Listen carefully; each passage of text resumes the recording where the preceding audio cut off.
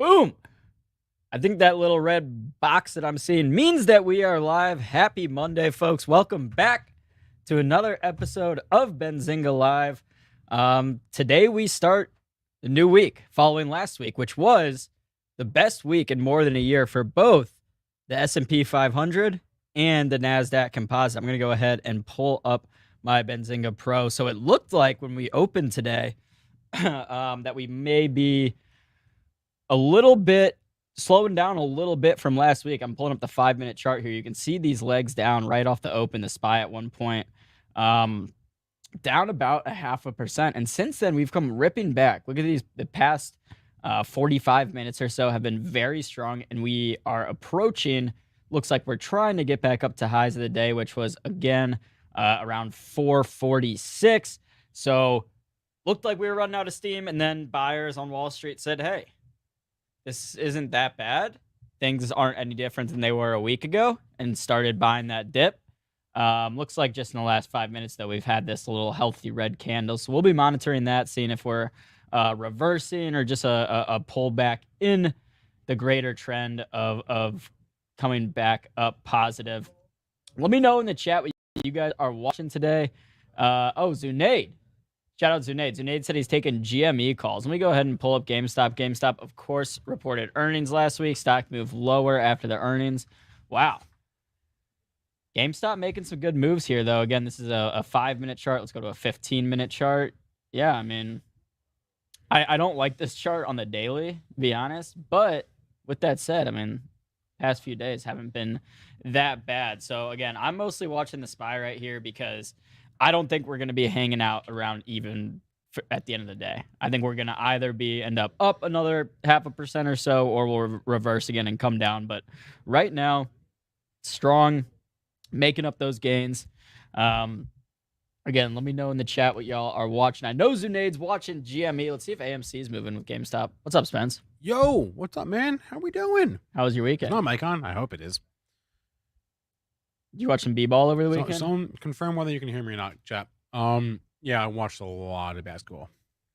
I watched like borderline too much basketball. I watched a lot of basketball too. And by the way, whoever, I know we had at least one Zinger Nation member out there, Jeff, I believe. Whoever tailed me on that parlay on Friday, man, that was a tough beat. Spencer, I'll remind you in case you had, or unless, so on Friday, we each made a live parlay on here. Let me find. My parlay did not hit. Are you so surprised? I'm not surprised. I'm surprised. Okay, yeah. So the one I gave on Friday, I'd bet it was $40. I was gonna win more than $1,500 had this hit. It was Ohio State money line against Loyola. Tough. That hit. Oh wait, yeah, that was Friday. Sorry. Friday. These are all Friday. Sorry. So Ohio State money line against Loyola Chicago, that hit easily. Miami against USC, that hit. Nice. Iowa State upset over LSU, that hit. And then Chattanooga money line over Illinois. It was winning. Chattanooga was winning the entire game. Illinois led by 25 seconds, I think. Yeah, Illinois came back at the very end. Chattanooga was up like 10 points with like 10 minutes to go in the game, unable to close it out. Again, I know at least one other person out there in Zinger Nation sent me a screenshot where he tailed the parlay. It actually gave me, so it was a $40 bet. It gave me the option to cash out for like more than $500, which is more than a 10x return. Shoulda, woulda, coulda. I mean, no, I made, after that decision on Thursday when I hit that parlay, Spencer, and and you talked me out of I did. Cashing out of it, I made a decision that any bet in March Madness, I'm just not going to cash out. I'm just gonna let it ride. But then that same night, so Friday night, so Chattanooga lost, and then the Iowa State LSU game was still going on. And I was like, I picked Iowa State in this game. I still think Iowa State's going to win. So I wanted to have something riding on the game. So I put out a new parlay that was Iowa State ML, Houston -8.5, that hit. TCU +1.5 against Seton Hall, that hit. And then Wisconsin -7.5. Wisconsin was winning by 9 points with like 10 seconds to go. And they let up just like a meaningless layup to Colgate to make it a 7-point game. So I lost both those parlays same night, one on Chattanooga, one on Wisconsin. I was like, you know what? 2 bad beats in a row. It is what it is. That's tough. All right, did we talk about who we have on the show today? We have not. I have not Okay. played the intro or given a rundown of the show. I wanted to Oh. talk about my bets first. Okay. So well, let's go ahead. So at noon, we will have Jonah Lupton on. Jonah Lupton's a friend of the show, been on a number of times. Yep. Jonah is, if you were with us in Orlando in October, we had a fun Fintwit conference that Jonah put on, and Benzinga, we were a media sponsor. We decided to team up this time. Coming up this summer, we are going to be doing it's the spring, I think. May, spring. summer, either one. Late spring, early summer. We will be doing a FinTwit conference in Vegas. Yes, Las Vegas, Nevada. Jonah will be coming on at noon. We'll be talking about that. Who you can expect to see at the conference, what kind of contests and games and whatnot will be there. Because I know it'll be a great time. Spencer, I hope you'll be there. I hope I'll be there. And then after, we still got to figure out who's going. Which should be on the list of things to do. We have time.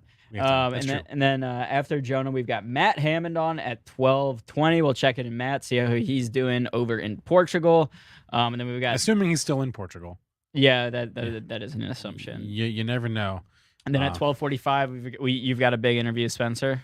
Douglas Borthwick, who is the chief business officer of Ionx. We've actually partnered up with them to provide some crypto content. I'll let Doug explain more about that. That'll be at 12:45. Jake Wujastyk on at 1 o'clock from TrendSpider. And then, unfortunately, no Chris Capri today. Is that right? Correct. Yeah, Chris Capri will be back with us next week. Bummer. All right. So that's the rundown of the guest situation. Should we roll that intro? You want to run it? Let's do it. Oh, you want me to? Yeah, that's what I said. This is Benzinga Live. Spencer Israel and producer AB. What's up, everybody? How we doing? Someone told me buy high, sell higher. Let's get Matt Hammond on the show to talk some IPOs. Jake Wujastyk from TrendSpider. We have a breaking news. All right, let's just start with the overall market. I'm going to bring up my Benzinga Pro here. Where am I? This is Dave. We're not going to look at that, though. We're going to look at the market. We're going to look at my watch list. And I think it's fair to call this mixed, right? The SPY is green. The Qs are flat. But there are more sectors down than up. So I'm going to call this a mixed day. It's been a relatively quiet day in terms of the overall market. We do have a couple of individual headlines. You've all seen it by now. The story of the day is this tragic Boeing crash in China, and I still don't think we know exactly if there are any survivors on that. But Boeing is going to weigh on things today. Tragically, you had a couple M&A headlines this morning, Aaron. Warren Buffett, and I could have sworn, I thought I remembered him saying in his letter, like he specifically commented on the fact that they hadn't done a lot of deals lately, that there wasn't a lot of stuff to buy. Well, he must have changed his mind between now and then, because they are acquiring Allegheny Corporation. Remember last week 2 weeks ago we did the exercise about single letter tickers? Yep. This is ticker Y, and it's going to go off the board now. So now there's going to be a Y available. Huh. Should Yahoo or someone else want it? I don't think Yahoo's called Yahoo anymore. Yeah, I don't think so either. I don't know what it's called these days. I don't know, but Yahoo, the little drink. Taking Yoo-hoo? Yoo-hoo? Taking applications. Probably Nestle. Taking applications for the new company that will claim the ticker Y, because Allegheny Corp getting acquired by Berkshire Hathaway. Takeover price is 800 something, 848 is your takeover price on Allegheny. Another deal we had was Anaplan, ticker PLAN, getting acquired by your friends, Toma Bravo. Oh, really? Oh, really? Paying a hefty premium here. Anaplan's getting bought for $66 per share. And the close as recently as a week ago, or the stock hit $41 a week ago, and it just got bought for 66. From 41 to 66 in a week. Pretty good. Tiny Pie. So I have to confess that I did not watch the Bahrain Grand Prix this weekend. I was out on Sunday morning. However, I did. I made sure to watch all the highlights, and I feel fully caught up in what happened. You know what the coolest thing about this Grand Prix was this weekend? What was that? They unveiled, the Formula One production is so freaking good.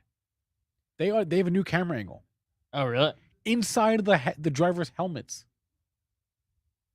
Never seen that before. Do we know It's ridiculous. It's so cool. what the company is doing? Because isn't that what Vislink was trying to do?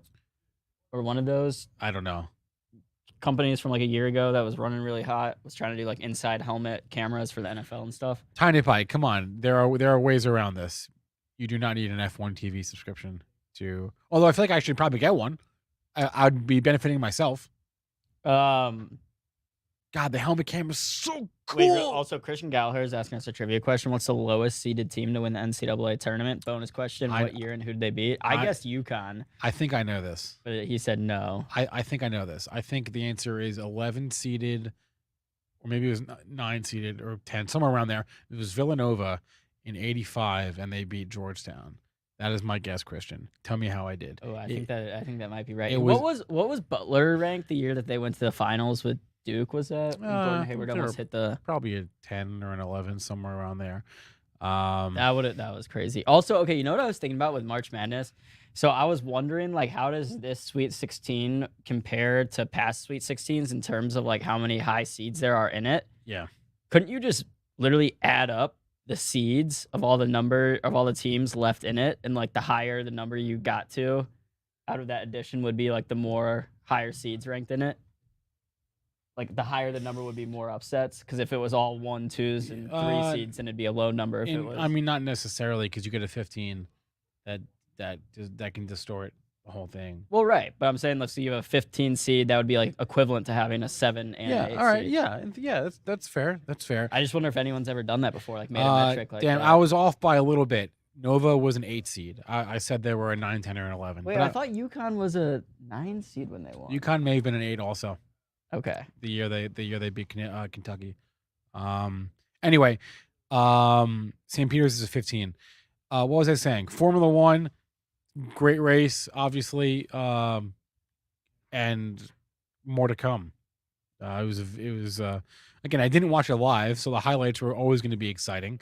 But hey, speaking of March Madness, this is now the second year in a row that we're getting bombarded with ads for the official ETF of March Madness. QQQ. The QQQ. Do you guys want to invest in innovation? Here's a neat little inside baseball tidbit on why the QQQ is the official, or why they're spending so much money to advertise on March Madness to be the official ETF. Because the QQQ, I think the way it's structured, they have a very large marketing budget that is specific to the QQQs. And if you don't use it, you lose it. So the QQQ basically has to spend this marketing money to market the crap out of their fund. And they're doing it. Again, one in the chat if you own QQQ. I don't. I'm not opposed to it. I just don't own it. Spencer, you want to know another fun fact? I'm all about. I love fun facts. Give me all the fun facts. The S&P 500 has never finished up 1% for 5 consecutive days. If we finish up 1% today, today would be the 5th consecutive day. That makes me bearish, man. It does? See, to me, like that's more bullish to me than if the S&P 500 was up 5% in one day, but then flat the next 4 days. The fact that it's like steady 1% up 4 days in a row shows me that over 4 trading days, the bullish sentiment has remained and hasn't wavered. I'm looking for a reason to justify why I did not buy last week, and that's probably a mistake. But we just talked about how markets in downtrends can and will rip in your face higher. And that's what we just got. We got a rip. Yeah, but I think the like historically looking at when the S&P 500 has gone up a full percentage point 4 days in a row, it's all been in times where market strength has been pretty present. It's usually not in, you get those dead cat bounces or whatever you want to call them. Typically, they're not, week long rallies. I suppose. I guess I don't really know, to be honest with you. I don't really know how long these rips can last. Christian, I think they could do it with college kids. I mean, they're college kids. They're adults. They're not, Well, what's the question here? Oh, he was saying doing a Drive to Survive type thing for March Madness. it's difficult if you're not getting paid like these kids aren't. Well, they are now. No, they can get paid. Right. So I'm saying they are not all getting if paid. Netflix wanted to like work out an NIL deal. Yeah, where Netflix could pay. Right. And yeah, potentially I would watch the ever loving. I think a lot of people would out of that. Well, okay. Here's the other thing too. While I was, because like I don't know, if you're out here like me, like betting on the March Madness and stuff, you want to think there's some rhyme or reason that you can like have some edge and not just be picking willy nilly, which is really what ultimately we do and probably would work better than if you had any sort of system or whatever. But I was thinking about Spencer, and my like theory this weekend was the teams that have players that are like either like high draft NBA draft prospects or like borderline draft prospects to like bet on those teams, because these guys are going to be playing for that much more than their opponents. I mean, think about it. If you're projected as a 6th overall NBA pick and you play lights out in the March Madness and you change that number 6 overall pick to a 4 pick, you just made another like $1 million. But it hasn't been working out, because last night I was like, oh, Jabari Smith, like he's the potential number 1 pick. He's got to go off. And he had like 5 points. Yeah.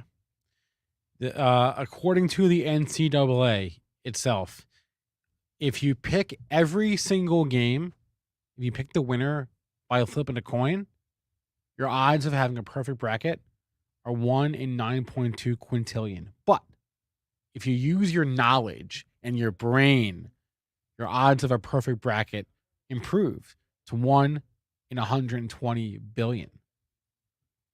Not bad. 1 in 120 billion. Yeah. That's your odds of a perfect bracket. I will say, I think like all the stats out there just about like how many different bracket possibilities there are, I find them a little bit misleading, because if you think about it, that includes like if you picked every 16 seed to win all 4 of those matches, then you had a bracket where it was a 16 seed versus a. So if you like take out those super unrealistic possibilities, it drastically decreases the amount of bracket possibilities you had. There's still obviously there's still a tremendous amount. No one's ever made a perfect one, and no one probably ever will make a perfect one. I'm just saying that crazy big number of bracket possibilities, it comes down a lot when you take out, a bracket with 2 16 seeds going to the finals. You're saying if you take out the statistical anomalies, like the 16s winning. But with that said, I mean, a 16 seed has won the first round. A 15 seed's in the Sweet 16 right now, so I guess it really is all possible. I'm just saying, you can't tell me that assumes all bracket possibilities are just as likely to happen, and I don't believe that having a Final Four of 4 16 seeds is as statistically possible as having a Final Four of 2 1 seeds and 2 2 seeds. I agree with you. All right, I don't want this to be like as much fun as I would have. I don't want this to be a whole show just about the madness of March. So we are going to talk about the market, and let's do our first crypto update of the day right now. Let's check in on the heat map, see how we're doing. Where's my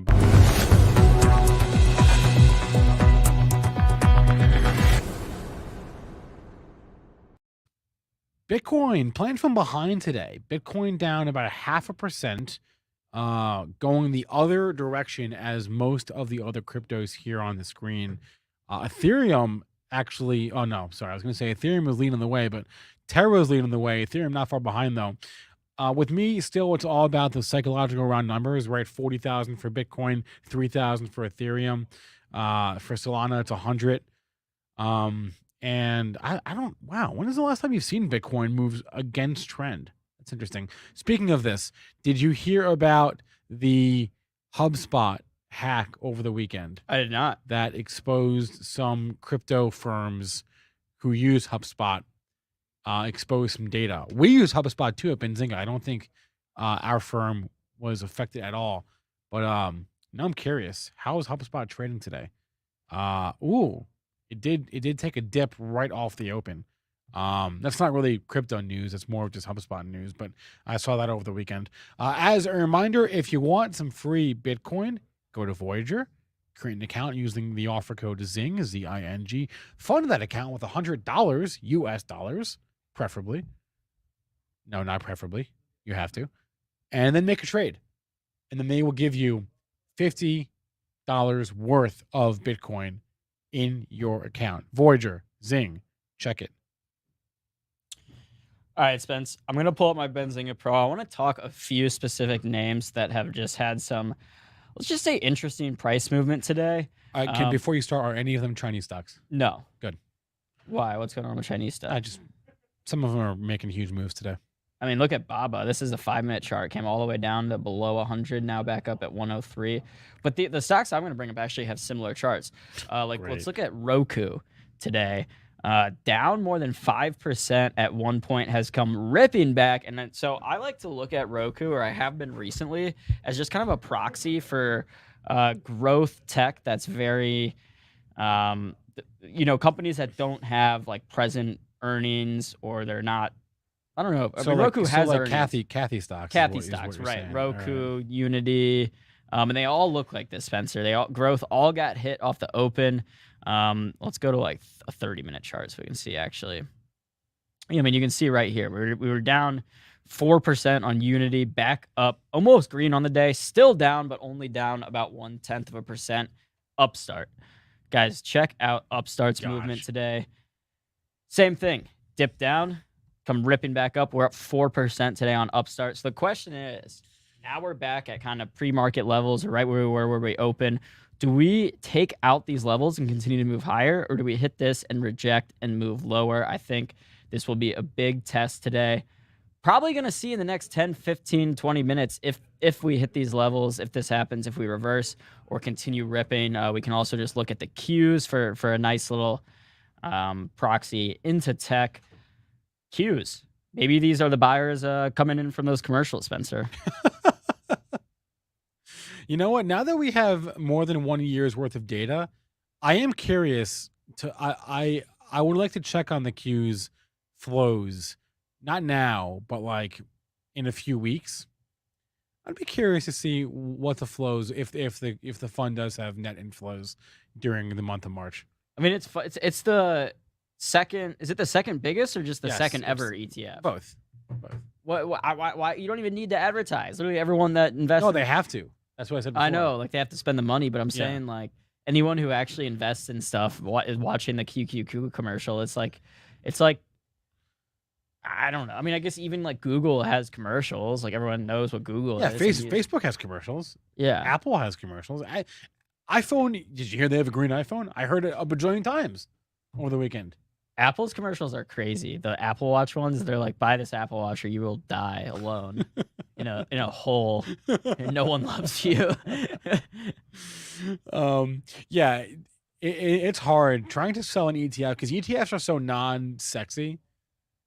It's hard, man. I mean, out of the ETFs though, Qs are pretty sexy. Qs are like the I don't know, Marilyn Monroe. Speaking of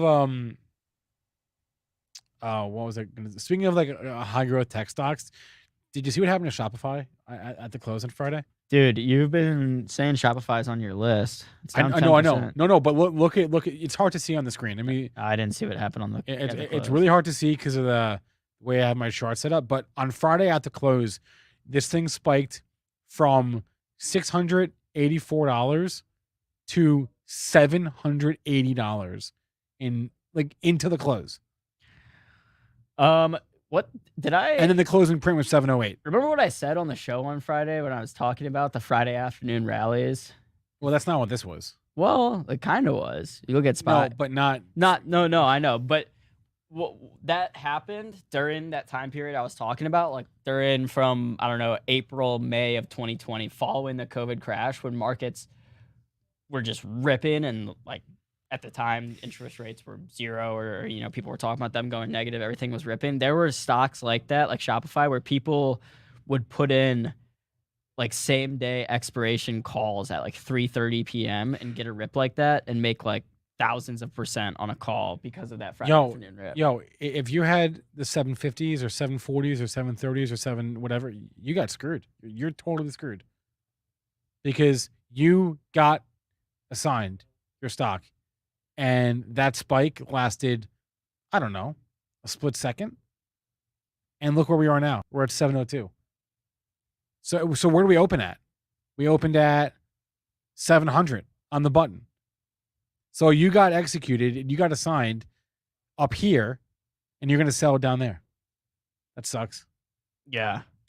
I mean, conversely, though, if you would have gotten the calls that expire that day, gotten the rip and sold them, you didn't. There was no way to sell them. What do you mean? Oh, that was after hours, that spike? No, it was the closing print. It was like a large market on close order. A buy order came in for like an obscene number of shares. I don't know what the number was anymore.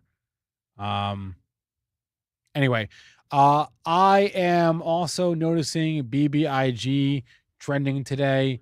Lord only knows if there's news on this. It's up 22%. I am very pleased with the Benzinga Pro user base that this is not the most searched ticker on Benzinga Pro today. It is in the top 10, but it is not in the top 5. I would have expected it to be. That's a good sign. That means people are wising up to this stock. It does it has these huge moves, but they're never moves you want to be chasing. So yes, it's up 22%.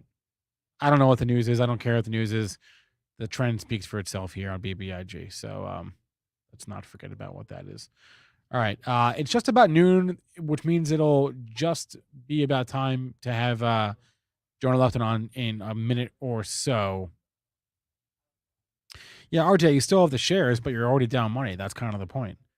Wait a minute. AB, is today your birthday? No, sir. Happy birthday, AB. He just said it was his birthday, everyone. Happy birthday, Aaron Bree. Cumpleaños es 5 de mayo. Let's see. So let's go back to the scanner. There's a few other things we wanted to get to. I don't want to start any new discussions or anything crazy before Jonah comes on in a minute. I am seeing MULN continue to trend. This is I still don't. What is this, like the 5th day in a row? I still don't. Okay, so it's like an EV play? No, it's more than the 5th day in a row. This is like the 3rd week in a row. Yeah, and what's the float here? Float of a little under 21 million shares. What's the there was a stock, Neti. I don't think it's around anymore. NETE. Yeah, Netties. That's still around. Chinese gaming. No, that's not what I'm thinking of. Neti. There was an EV play. Wait, what happened to Netties? Did it get delisted? Did it go OTC? Neti had a deal with no, Nolan. NTES. I'm sorry. Whew. Just had a mini heart attack there. Oh no, Mullen Automotive used to be Neti. Okay. Oh, okay, got it. I was so confused. I think. Got it. All right. Let's pop on the headphones because you guys know what time it is. Time to play our special intro for no reason whatsoever. Special guest intro.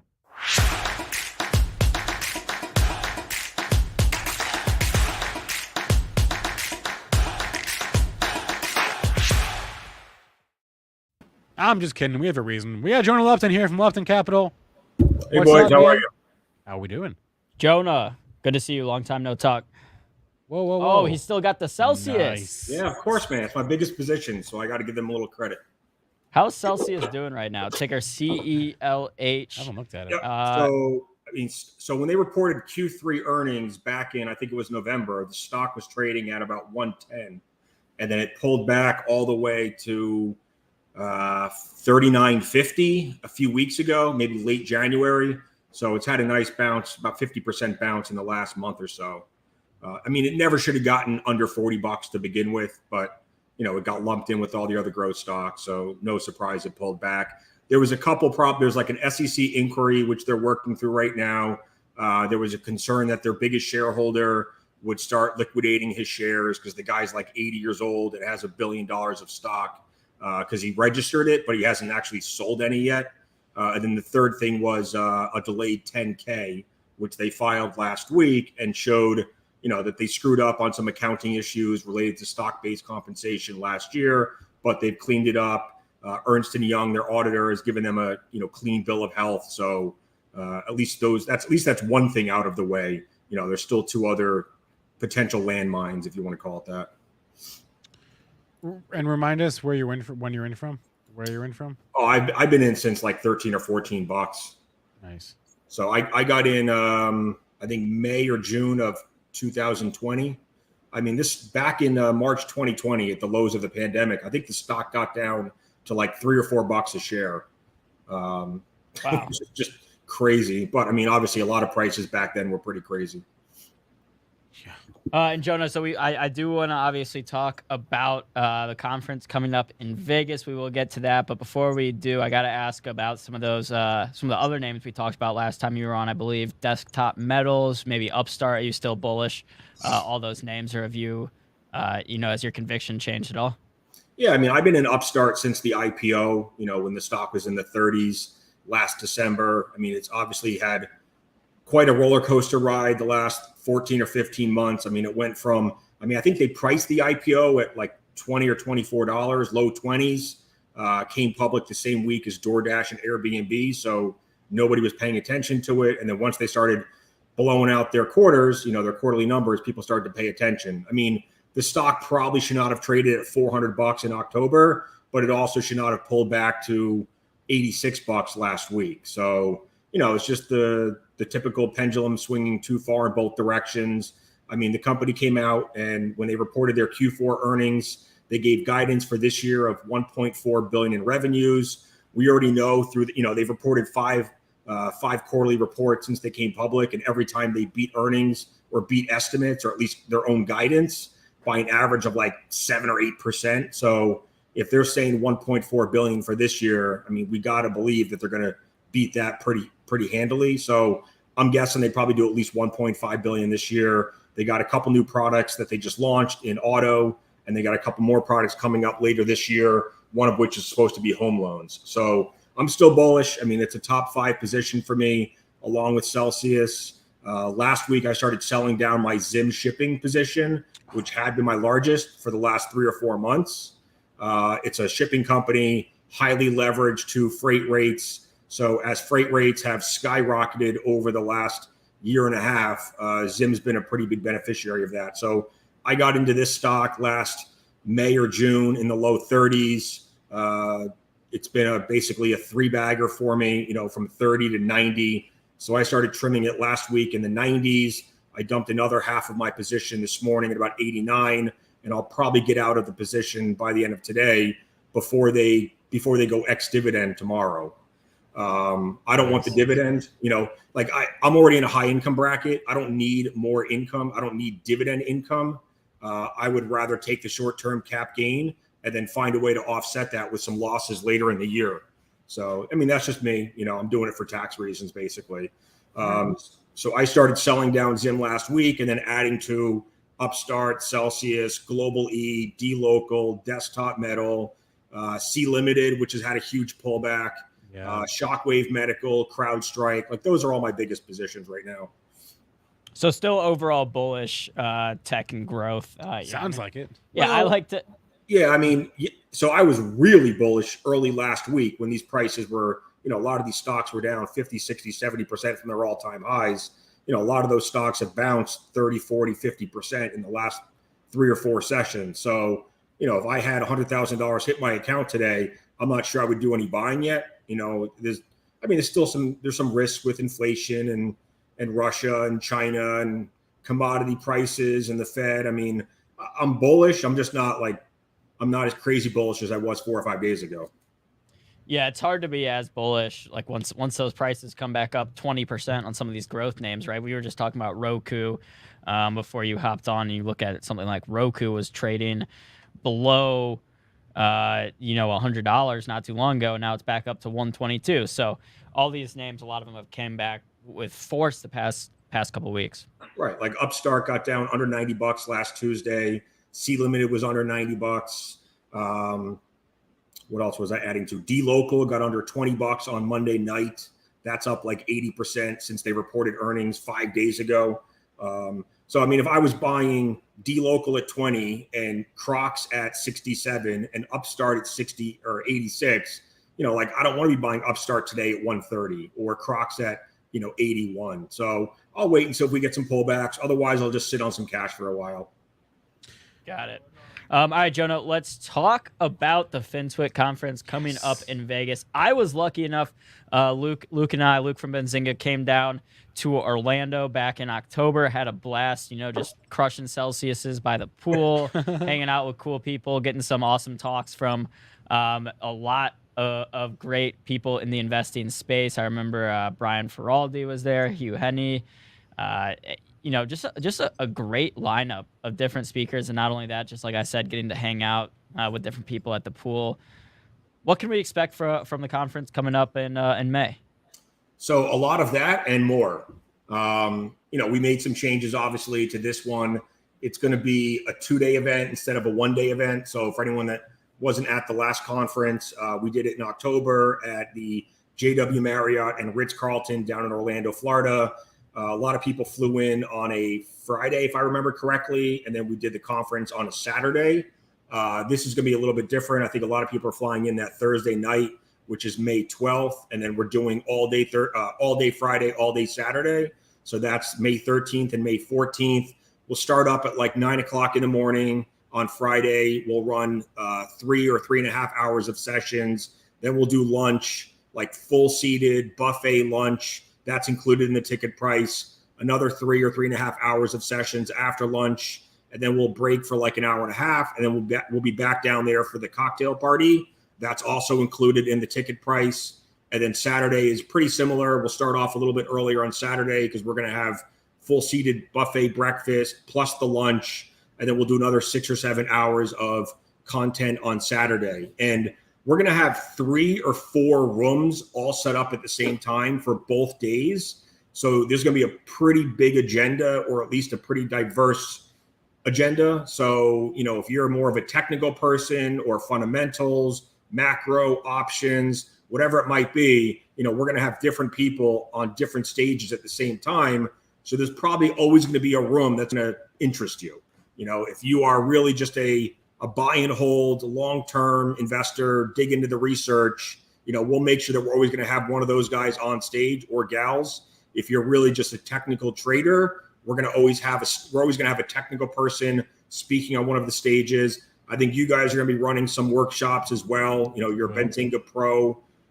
So there's going to be a ton of content over those 2 days. The cocktail party, we're going to run a poker tournament during the cocktail party. So we're going to have a Fintwit poker tournament going on. We're not doing any big cash prizes because that's not allowed.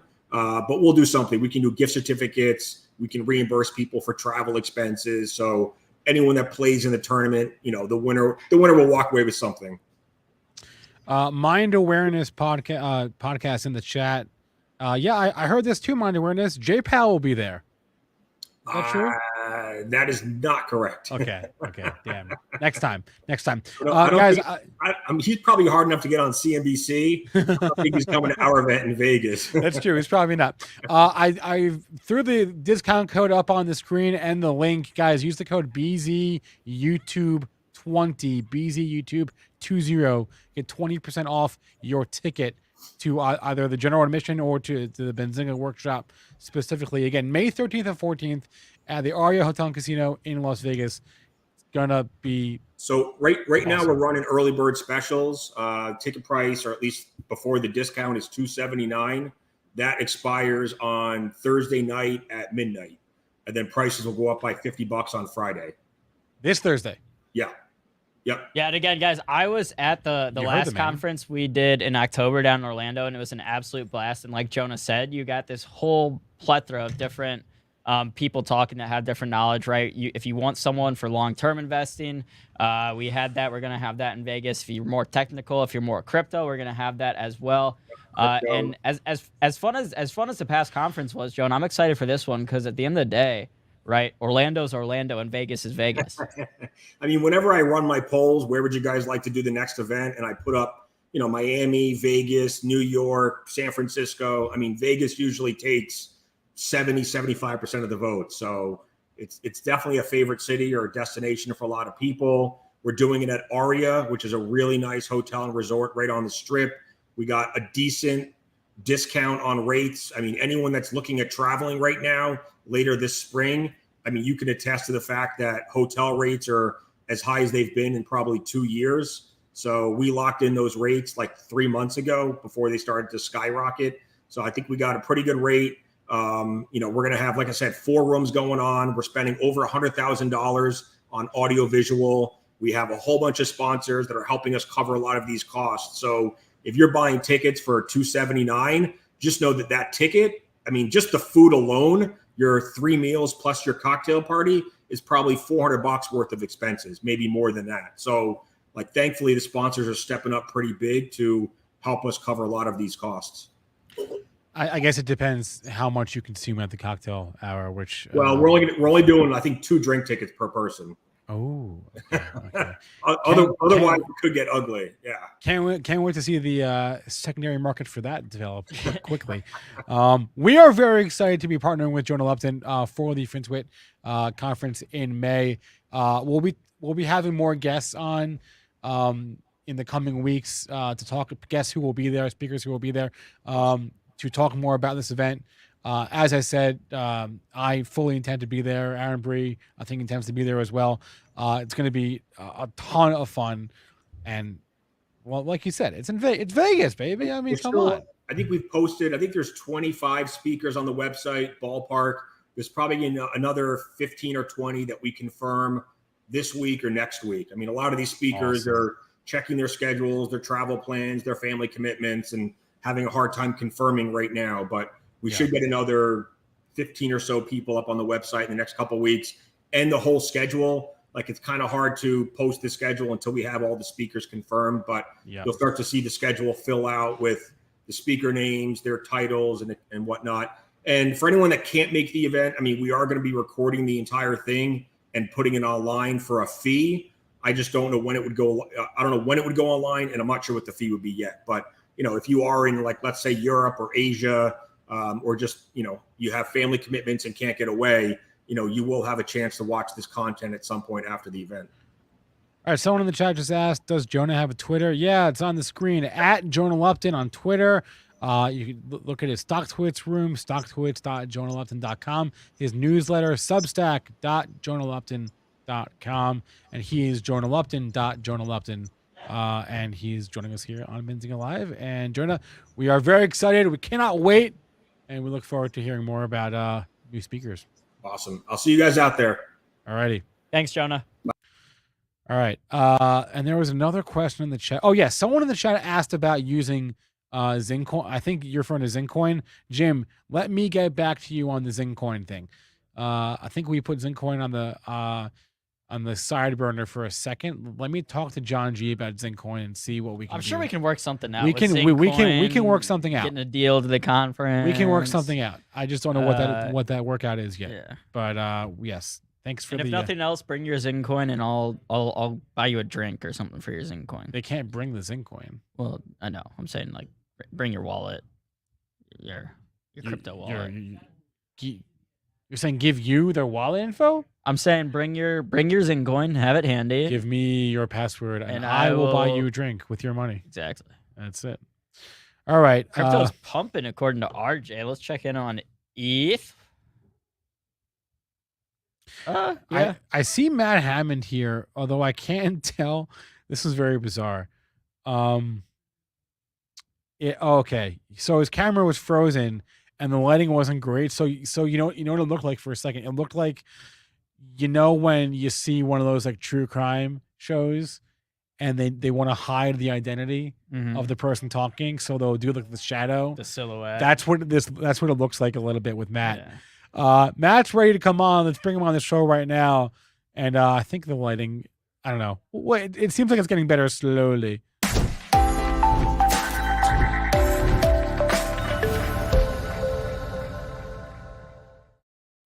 Matt Hammond, you see what I'm talking about?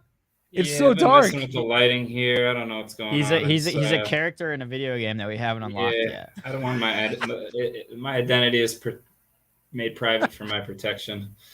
Awesome. All right. Well, I have a bright light like right in my face, and my lens is wide open. I think it's just the backlighting. I can't. The good news tell. is When I do this, it's weird.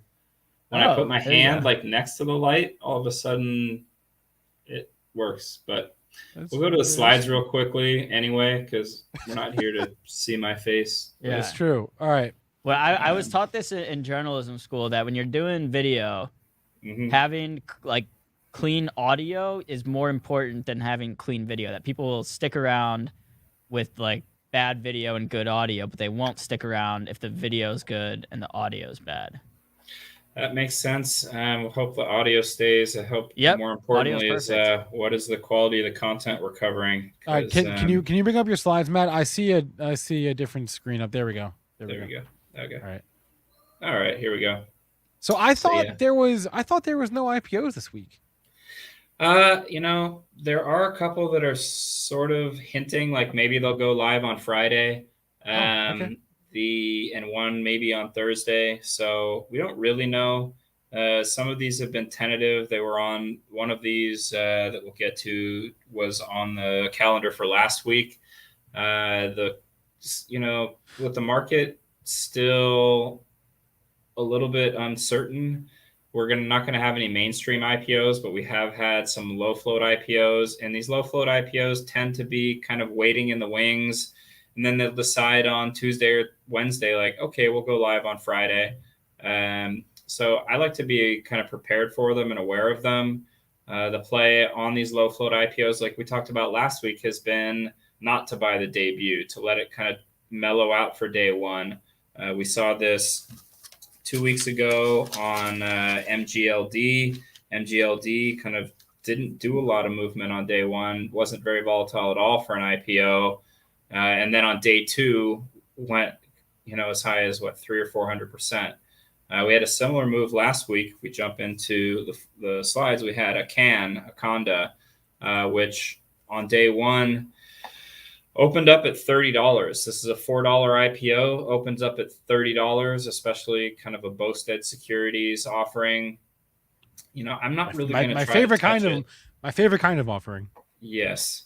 These are fun last year you could buy them on the debut and they run up through halts. This year, we've seen a lot of these that have pulled this pattern. This looks a bit like KSCP, a bit like a few of the others where we've seen them debut, TKLF, where they just debuted at a price that makes no sense. It makes no sense this is a marijuana grower based out of the UK with operations kind of that haven't even really resumed in Lesotho, which I had to double check on the map. It's like a little country inside of South Africa. Wheat stocks are not a hugely popular play right now. So I just don't see, there's no reason to have gotten super excited about this.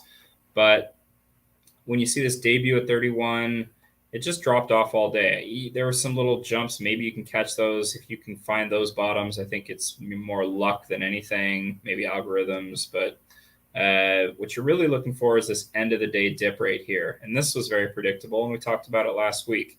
End of the day dip, especially we didn't see a whole lot of volume for a IPO to not trade. A low float IPO that's going to rip is going to trade higher volume than the entire float. And we've seen this in a lot of, not just the IPOs, but the recent IPOs, the low floats. Go look at NRSN today, which is one I've talked about over the last couple shows as a recent IPO that hasn't run yet. It went from like $1.60 yesterday. It's up over $7 right now today.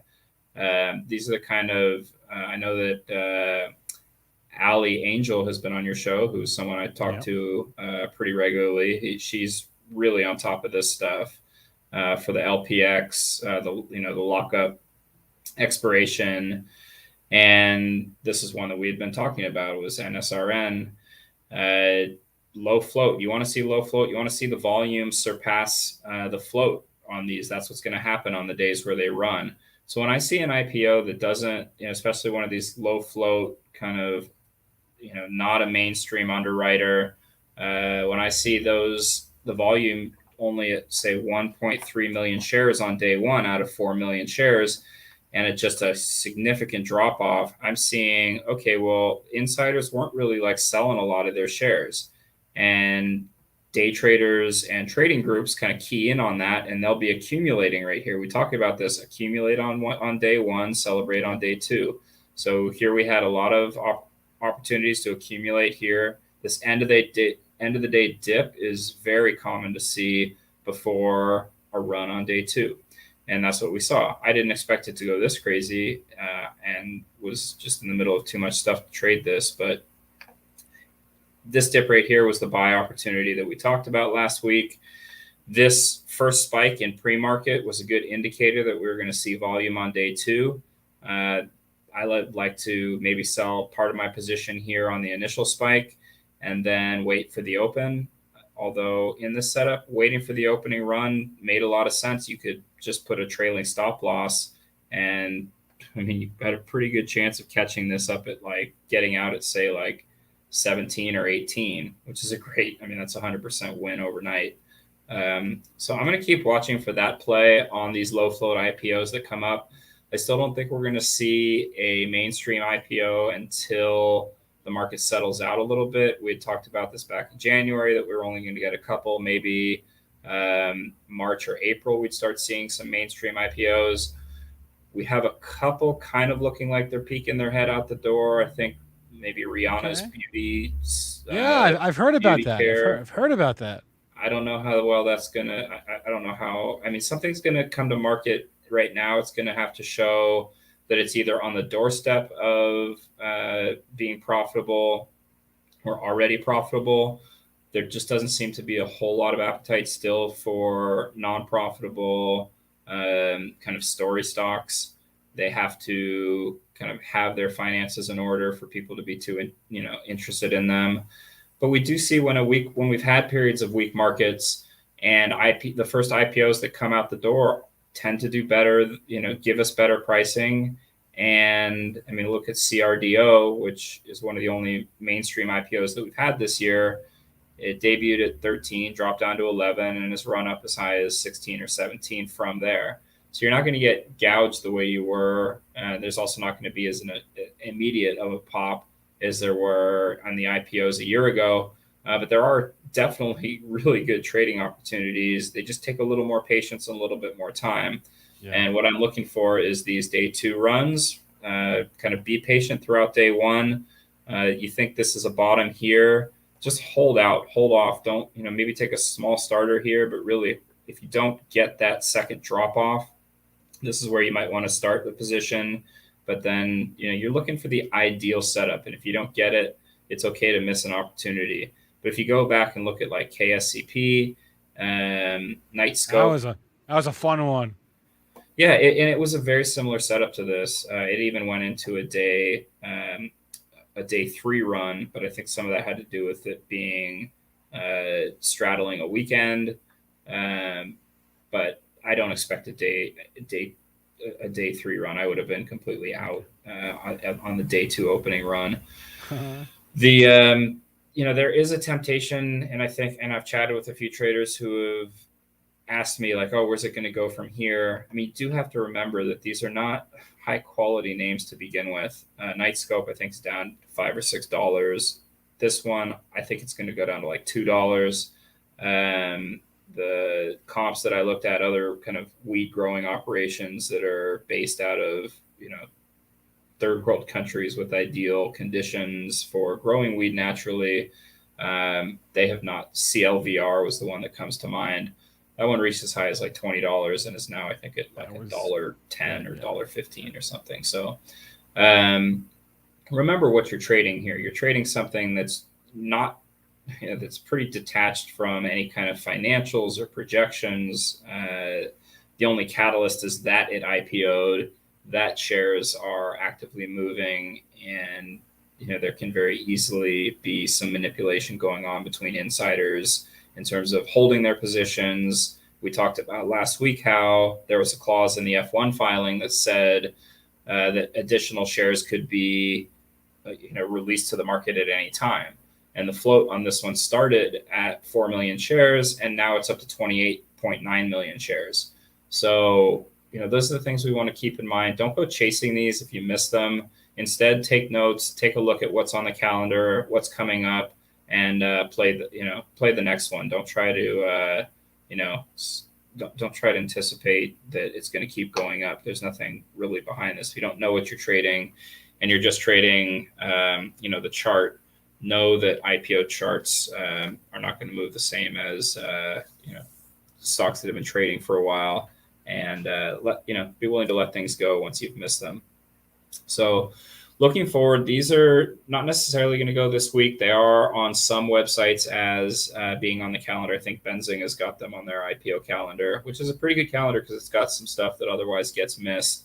But we've got two really low float IPOs that look interesting to me simply because whenever we come out of a period of no IPOs, the kind of plays that first worked, then got saturated, then got played out and dried up, those floats come back, or those plays and those setups come back into, they become opportunities again. I was just having a little bit of a Twitter chat thread where people are saying, oh, the LPX, the lockup period trade is going to get played out. And, it could get played out once people start seeing an opportunity as a pattern that, kind of repeats itself. People start buying in early, and that kind of diminishes the pop of people rushing in, when the headline hits or when the catalyst emerges. And so we do see plays setups get played out, but then they get, by being played out, it's very cyclical.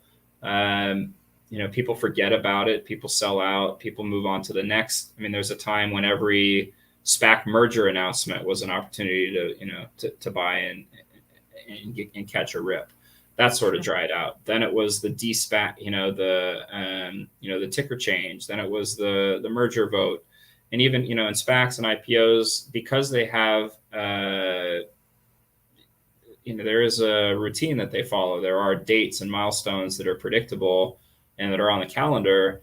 The first one, will rip hard and catch everyone off guard. The second one, the copycat, will do well, but maybe not as well. The third one, everybody thought they were, hip to the game, got in early, then there aren't any new buyers, and it's just kind of a dud, and people think it's over. That'll happen for the third or fourth one. Then it kind of goes away for a while. People forget about it, and then the next one comes along, and it'll pop again. And we saw that. We've seen that in SPACs. We've seen that in IPOs. We've seen that in the reverse mergers. And, all of these sort of predictable announced events, they'll do well the first time, the second time not as well, third, fourth time start to dry up a little bit, get forgotten about, and then return. So I feel like we're in a cycle right now where IPOs, we didn't have IPOs for a handful of weeks there. The first one that came in, MYLD, that one did pretty well on the day two run. We saw a day two run on a can.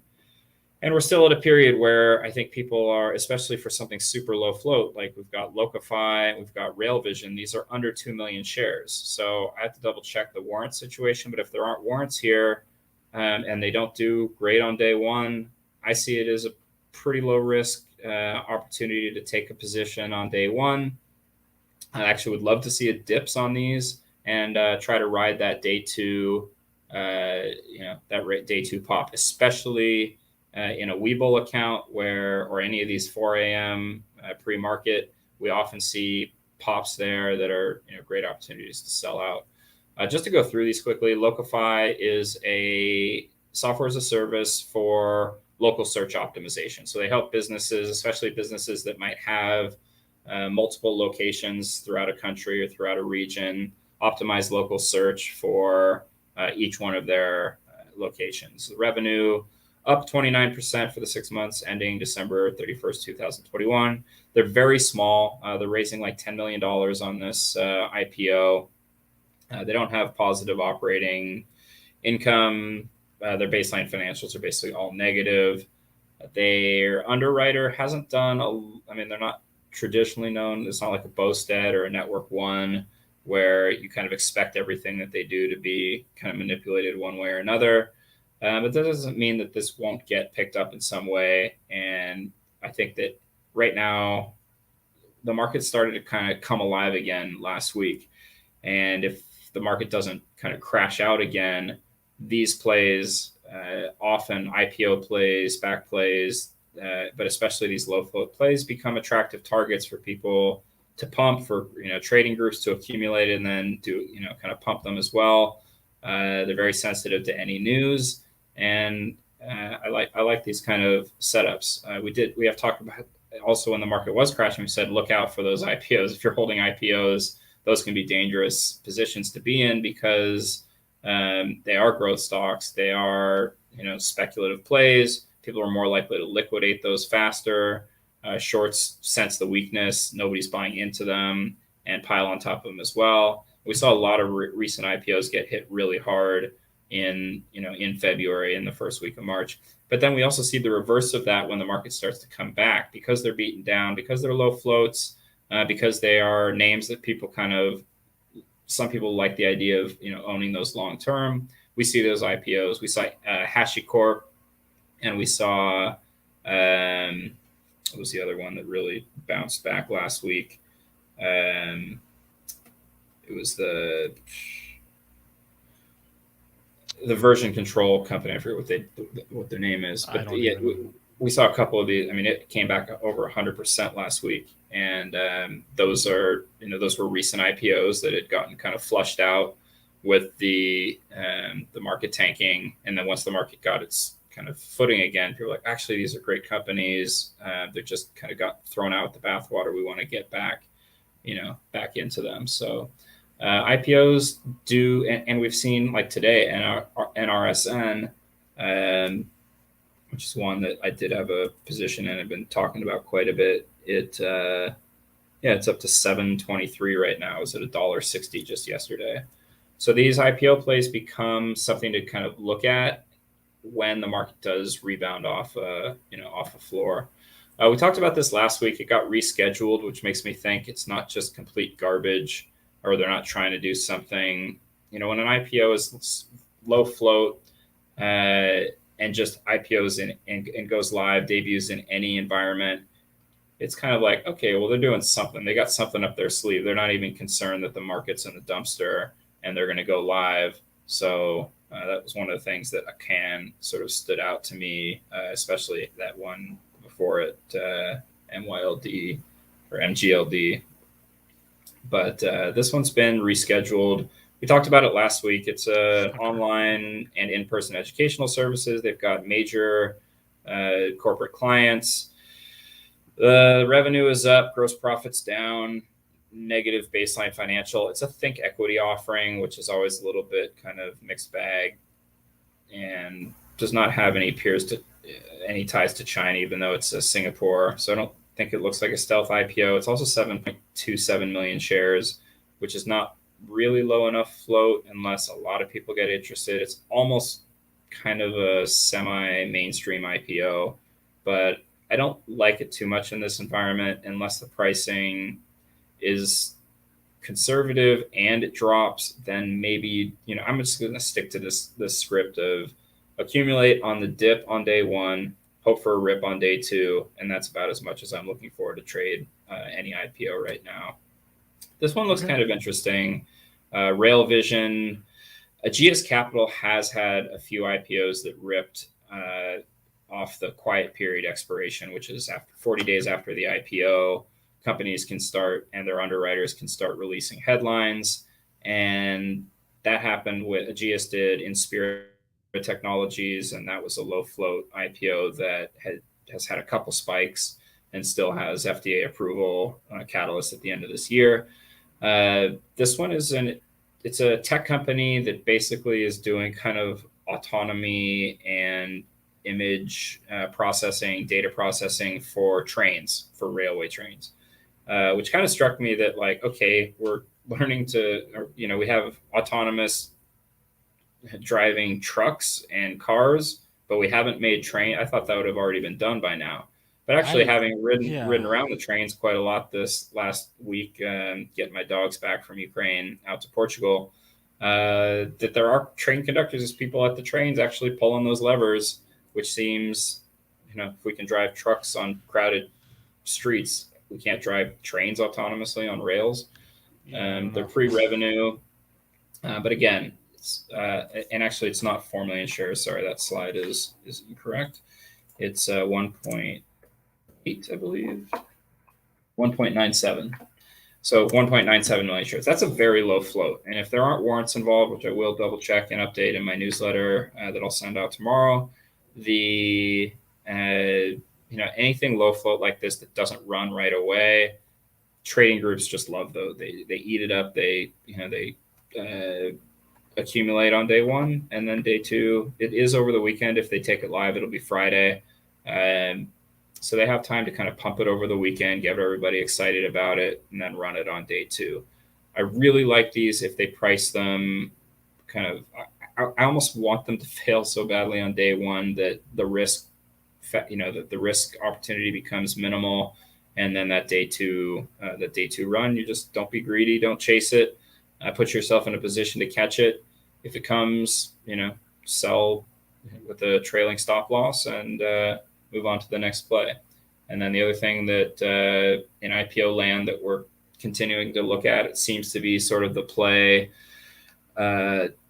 that's working the most these days is the kind of the lockup period expiration. And we saw, and I'll explain that a little bit, which is that IPOs tend to debut and sell, a whole bunch of new shares, or in these cases, maybe 2 million or 4 million or 5 million shares, because we're really focused on the low float IPOs these days. That's the only thing coming to market. But there's a whole bunch of shares that aren't locked, that are locked up. So maybe there's an extra 4 million or 5 million shares that are locked up. They can't be sold and they're usually owned by the insiders, owned by employees, early investors, executives of the company. And then there's also typically a bunch of warrants that have been assigned to these share class, these class holders as well. And those warrants will have a strike price or an exercise price, EP, as we often say. And they, the insiders want to push the share price, which has often fallen from the IPO. They want to push that share price up. So an example of this would be, I'll pull up RNSN.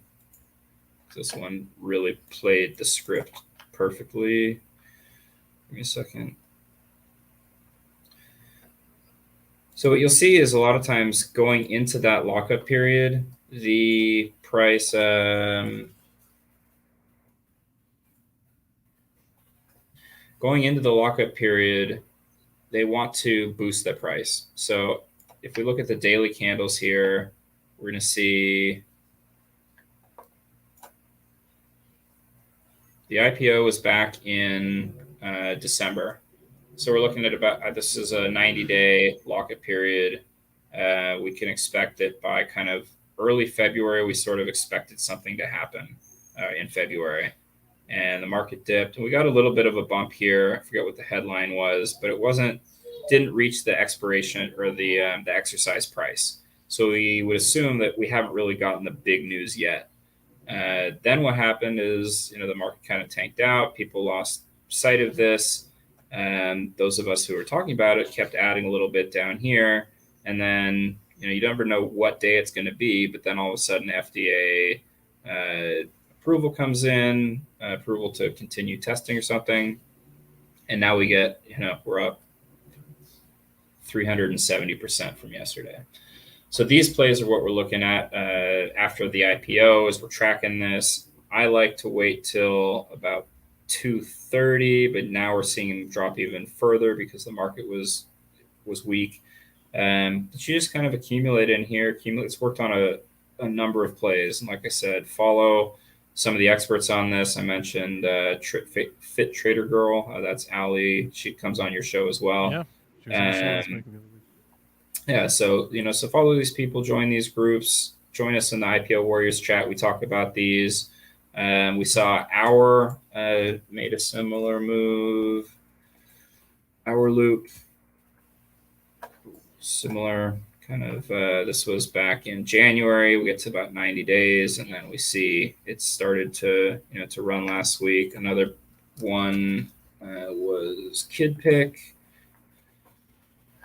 Here we go. It's a very similar chart. You notice these all kind of, we're looking at 90 days, 180 days. They come on, they fall. Once they kind of really bottom out, you can see your risk reward here is pretty low, and your opportunities for 200, 300% wins, they come. So if you play, you can't predict exactly which ones, but maybe these 5 or 6 stocks are in this similar situation. You buy into them and you get 2 of them to run, and then the others you don't really lose much of, if anything, on them, and you're taking pretty substantial profits on them.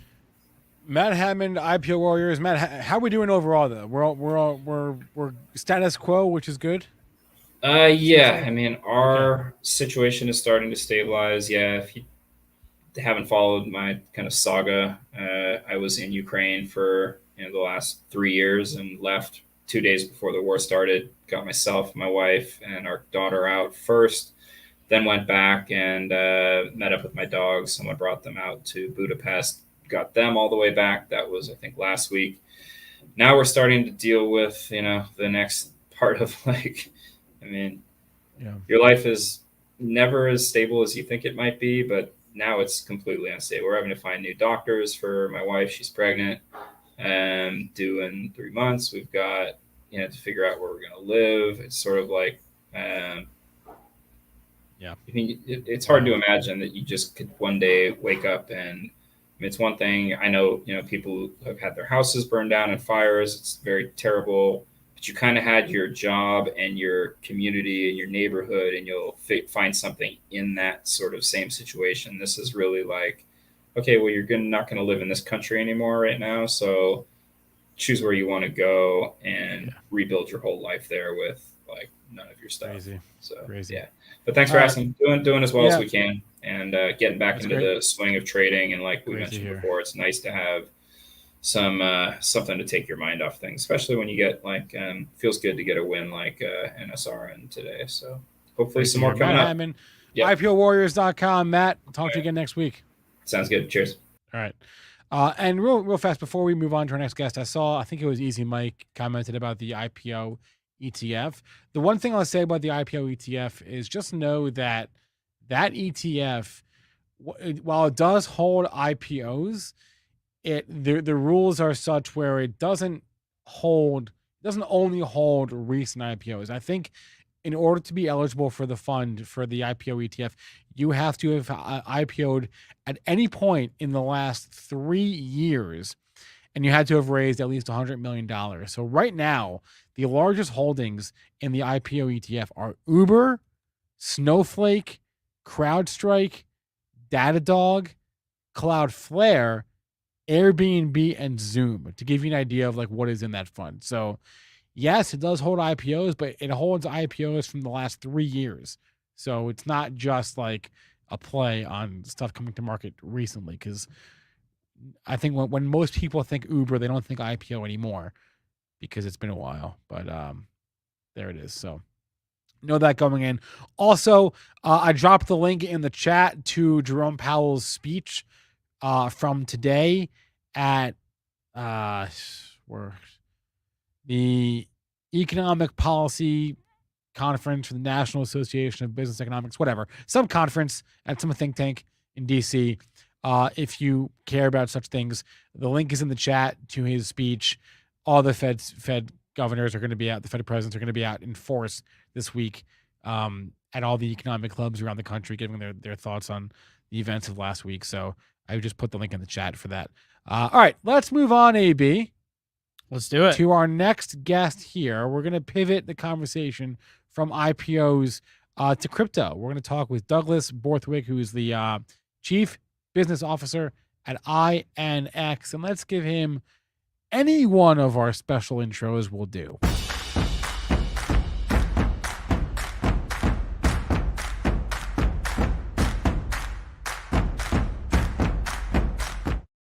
Douglas, how we doing? Welcome to Benzinga Live. Thanks for having me. What a great intro.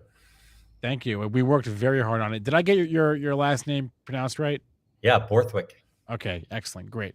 So as I mentioned, you are the Chief Business Officer at Ionx. For people that never heard of y'all, tell them what Ionx does. You know, Ionx is a nose-to-tail solution for digital assets. Whether you're an institution that wants to trade it through an interdealer broker, we have one. You want to trade digital securities, we have that as well. We've got a broker-dealer, an ATS, and a transfer agent. We also have a cryptocurrency trading business that's the app's about to hit the App Store sometime in April. So whether you want to trade from Bitcoin all the way to a digital security, Ionx has your back. And this is, like you said, consumer facing, but also can be like the market structure back end. Look, whether you're institutional or you're retail, it doesn't really matter to us. You know, we're open to all. But yeah, I mean, we really are, the back end, but we do kind of soup to nuts as well. And that if you want to raise capital, you can raise capital through us too, through our broker dealer and ATS. So we'll be announcing quite shortly a number of different issuances that we're raising capital for, some really exciting projects that will be security tokens that would then be listed on our ATS. I would like to talk about traditional or TradFi companies moving over to crypto and just widespread crypto adoption. Obviously, like Ionx is positioned for that, to be like that provider in many ways. But can you just like speak to what the adoption flow has been like in the past, I don't know, call it 2 years, and how you see it changing? Well, there's not a lot of security tokens out there today. I'd say that the deal flow has been pretty slim. But Ionx sort of changed that about a year ago. It's almost a year now when we did our IPO. It was the first ever IPO of a registered security, full security on the blockchain for a public security. I think our F1 prospectus that sat in the at your database has been sort of a roadmap for a lot of companies. Now, since then, we've had a lot of companies come to us that said, look, we're listed on the OTC. But we don't think we're getting the traction we need there. So we'd like to delist from the OTC. We'd like to drop our ticker and instead list as a security token on the Ionx platform. A lot of the reasons are very interesting. Probably the biggest one is that these companies are they're under a lot of naked shorts, which can happen in the OTC market. And if you're a security token right now, there's not a way to short a security token. So they feel that becoming a security token will squeeze out the shorts and see their market caps go up considerably. We've identified about 225 companies that are like that right now that we believe are going to have an interest. Now, there have been some press releases that have gone out there. I think EV Biologics was the last one, of companies that are looking to take this route. And, we're excited to do it. But this is a great migration from the traditional equity markets into the digital markets. Digital markets are open 24 hours a day, 7 days a week, 365 days a year. It's very different from the sleepy 9:30 till 4 that we're used to on the legacy markets. It's a little bit of a lift for some companies, but if they believe that their market cap can increase significantly, I think that there's a lot of folks there. Now, it's not just me thinking there's going to be a migration. The SEC chairman, Jay Clayton, about last year, came out and he said, listen, I think they can see all assets moving onto the blockchain in the next 3 to 5 years. So I think in the next 2 to 4 years now, because this is a year ago, you're going to see a lot of companies moving to the blockchain. It's so interesting because right now, with regards to the only way to invest in or trade in almost all public companies is by owning their stock, which you can trade on an exchange. And there are different exchanges around the world. So if obviously you know this, you have exchanges in China and in Europe and South America, and the different time zones are being arbitraged against each other because none of them are open. As you said, none of them are open 24 hours a day. But it's very exciting to envision a future where you have a company's stock trading on the New York Stock Exchange and also their token trading on a place like Ionx, and those markets being arbitraged against each other all the time. Ionx being open 24 hours a day, 7 days a week, and stock market not being open. But it does create a whole world of possibilities when you create a whole other marketplace for the same thing. Yeah, you're onto something there. I think that what we'll actually see though is companies completely delist from legacy exchanges and then list on something like Ionx, in the digital side, because the benefits to the issuer are just so great. If you ask an issuer today who owns my stock, they've got no idea. They can't pinpoint exactly the person that buys it. If they want to know who's creeping up on buying 5% of our stock, they've got no idea until it gets filed. But with the digital security, you can watch it all in live time. With our token, which actually is the only registered security that trades 24 hours a day, you can see buyers and sellers as they're coming out in live time, and you can watch it on Etherscan, which is astounding. And let's say I want to pay a dividend, I pay it directly into a customer's wallet as opposed to having to all these third parties. It really is just so much better than the current state of things. And you talk about the New York Stock Exchange or NASDAQ, but there's still 13,000 companies or something that trade on OTC markets, which is an ATS just like us, but they're the legacy side, we're in the digital side. And that's a lot of companies, but that's just public companies. Private companies, there's more issuance and more money raised for private companies than public companies every year, and we can list them both. True. So what are the different, I guess, is the regulatory framework there yet, or that seems like it's not fully fleshed out? No, it is there. Is there? Okay. Well, I mean, we're a public company that trades digitally on an ATS. We're the first of its kind. Our IPO happened about a year ago, but we're not going to be the only one. There's a lot of companies that are moving into this space that are looking to do either IPOs or take their legacy stock and instead turn it into a digital security. And this is really just the beginning. All right, Douglas, I also want to talk about Ionx's recent partnership with Benzinga. Tell us about that. Well, we're really excited. I think that one of the biggest things that's missing in the digital world is education. And Benzinga's got a phenomenal, I think 1.5 million hits per day of folks that are looking at all types of different asset classes. And so, we talked to Benzinga and we said, look, we think that there's an opportunity here where we can work together, we can help you, and we can sort of build like a digital securities marketplace where folks can learn about digital securities, get a great education. At the same time, we could offer them and show them the different types of assets they're going to start raising capital for.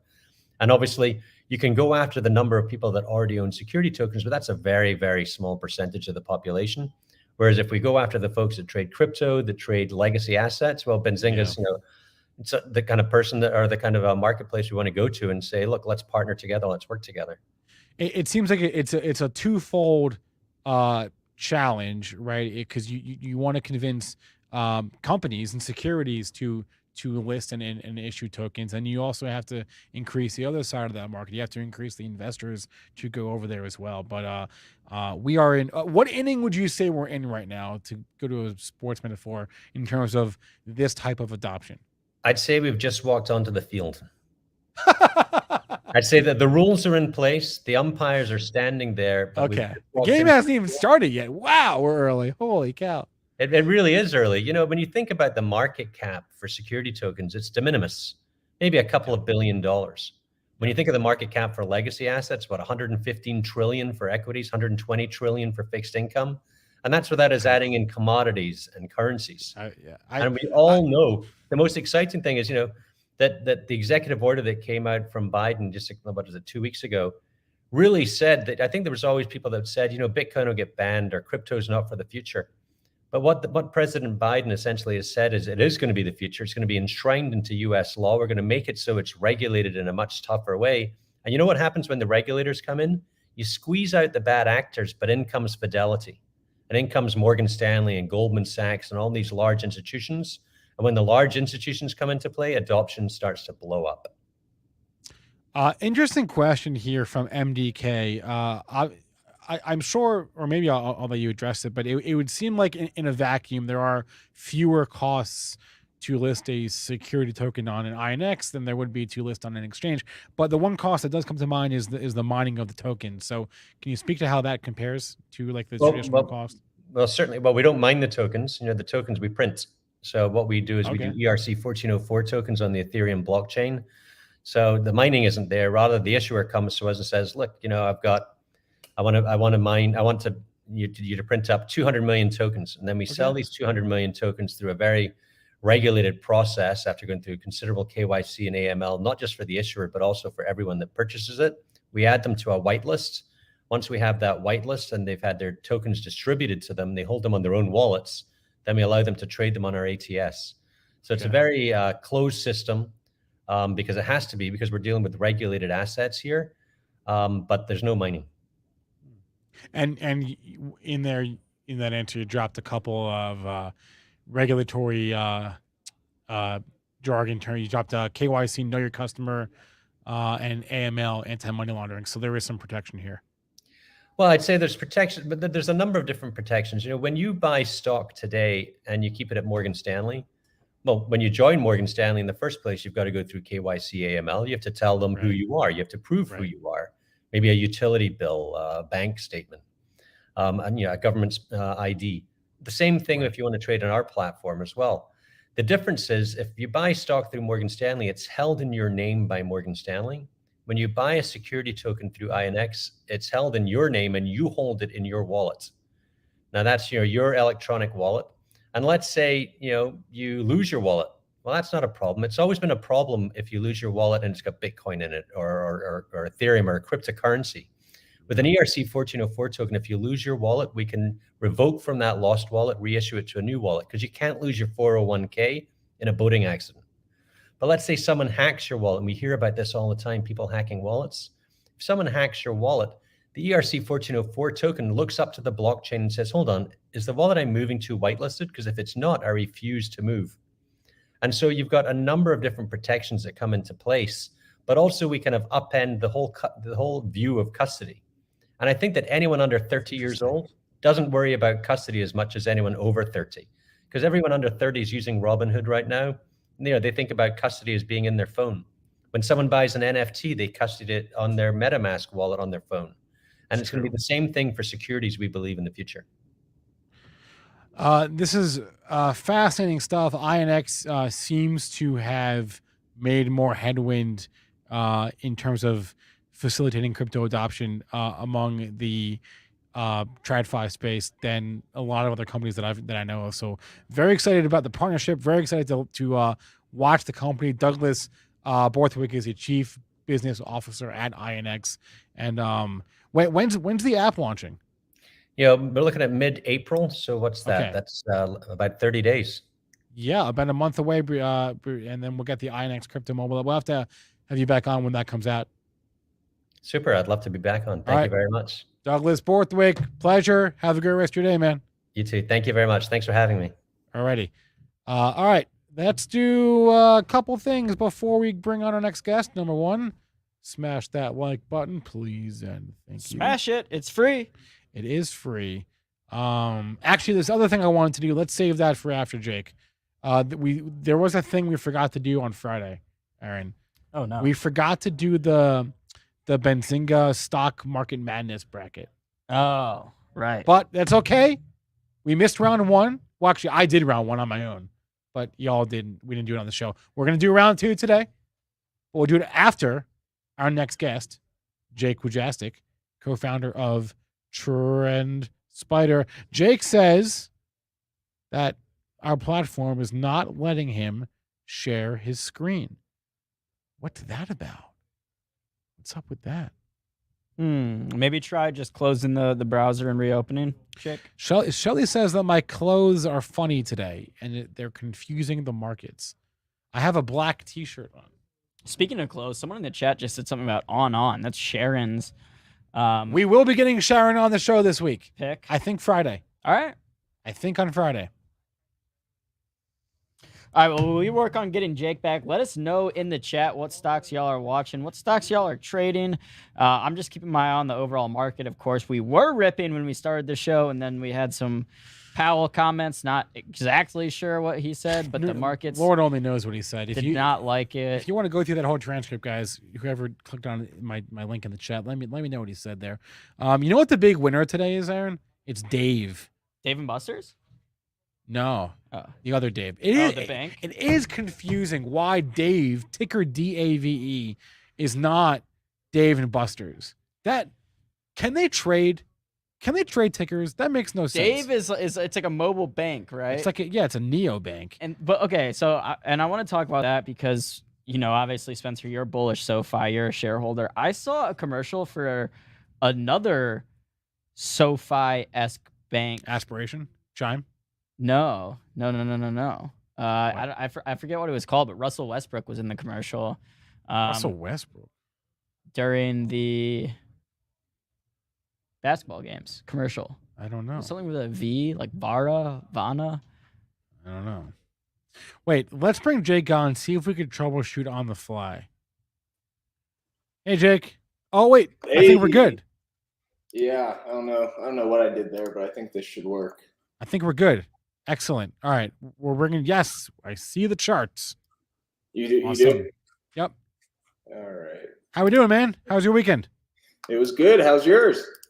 I watched too much basketball for my own health, which is good. Nice. So did I. Yeah, there's some good games out there. A lot of good upsets and great games. All that. Yeah. So yeah, it's funny because first off, there have been no buzzer beaters, and a lot of the games, especially on Thursday, were like blowouts. But you know what? It always works itself out. No matter what happens, there's always drama. Even if the favorites win, and there's always drama. So I was very glad to get that. I will say this year, I feel like we haven't had a lot of last minute comebacks and buzzer beaters. We've had a lot of upsets. No buzzer beaters. No buzzer beaters. Zero. No, team is down 5 points with a minute to go and they hit a 3 and come down and hit another 3. We haven't had a lot of those games. Well, did you watch the Unc Baylor game? That was freaking epic. Jake, did you watch that? Yeah. Oh yeah. Oh, that was epic. They were down 25 points. Baylor came all the way back to force overtime just to lose in OT. Man, it was insane. Yeah. Anyway, all right, let's bring up Jake's charts. Jake, you got the SPY up on the screen. Yes. We just had our best week in how long, Aaron? 2 years? For SPY or for NASDAQ? Whatever. For SPY, about 2 years. For NASDAQ, about 18 months. Oh my goodness. Jake, what does last week do for you? Yeah, it was definitely impressive. Kind of back to the SPY chart with that symmetrical triangle that we've been watching for literally weeks at this point. We finally broke out, so that's definitely a decent start. So you can see here that we broke out of that on Thursday. But for now, it's not too shocking to see that we're just getting a little bit of a pullback. This could be the start of a bigger pullback. It could just be a healthy pullback. But you can see here we have the January high VWAP highlighted here in blue. And, this has kind of been a line of best fit more than anything. Notice here when we broke out a bit and then pulled back and kind of traded within it. So it's more of a line of best fit rather than saying, this is going to be hard support right around, what is this, 441.25 or so. I could definitely see the price action trading around this blue line. This is just your VWAP from the February high, but the kind of more textbook thing would be to just pull back, retest, and then maybe continue up from there. So I'm actually paying attention more to this diagonal sloping resistance line rather than the VWAP here. Now, what's interesting is notice that the VWAP did act as perfect, I wouldn't say resistance. We just moved up all the way to it. And then we did initially pull back from that period or that point on Friday before just the blast off into the close. But, the main level I'd be watching, one is the VWAP. That's around 441 to 441.25. And then this area below, let's call it around 435. So even if we did pull back to 435, we were down in the 415s to 420s a few days ago. So it may seem like a big pullback down to 435, but it would actually be pretty healthy and pretty kind of natural at this point. So all in all, I think, people just doing some profit taking and taking their gains from last week. Yeah, and I mean, I've been watching SPY all day, and what's so interesting, it looked like this morning we were cooling off a little bit, maybe taking some gains from last week, and then all of a sudden we started ripping again, where BAT was back in the positive, and then Powell started speaking and started moving lower. So at least like intraday, this movement to me on SPY just has me kind of shook, not really knowing which way we're going. Yeah, and I mean, you've had such a run up. You do have to have at least some breathing days just to kind of reset a little bit. So it wouldn't be a bad thing to get a couple days of pretty much chop or non-existent moves, just kind of trading within Thursday and Friday's range would be, pretty healthy. And Thursday started out in the 430, low 430s, down here. So even if we pulled back 50% of this move, if you wanted to use fibs, if you measure it from here to here, that 0.5 is right around, what is that at?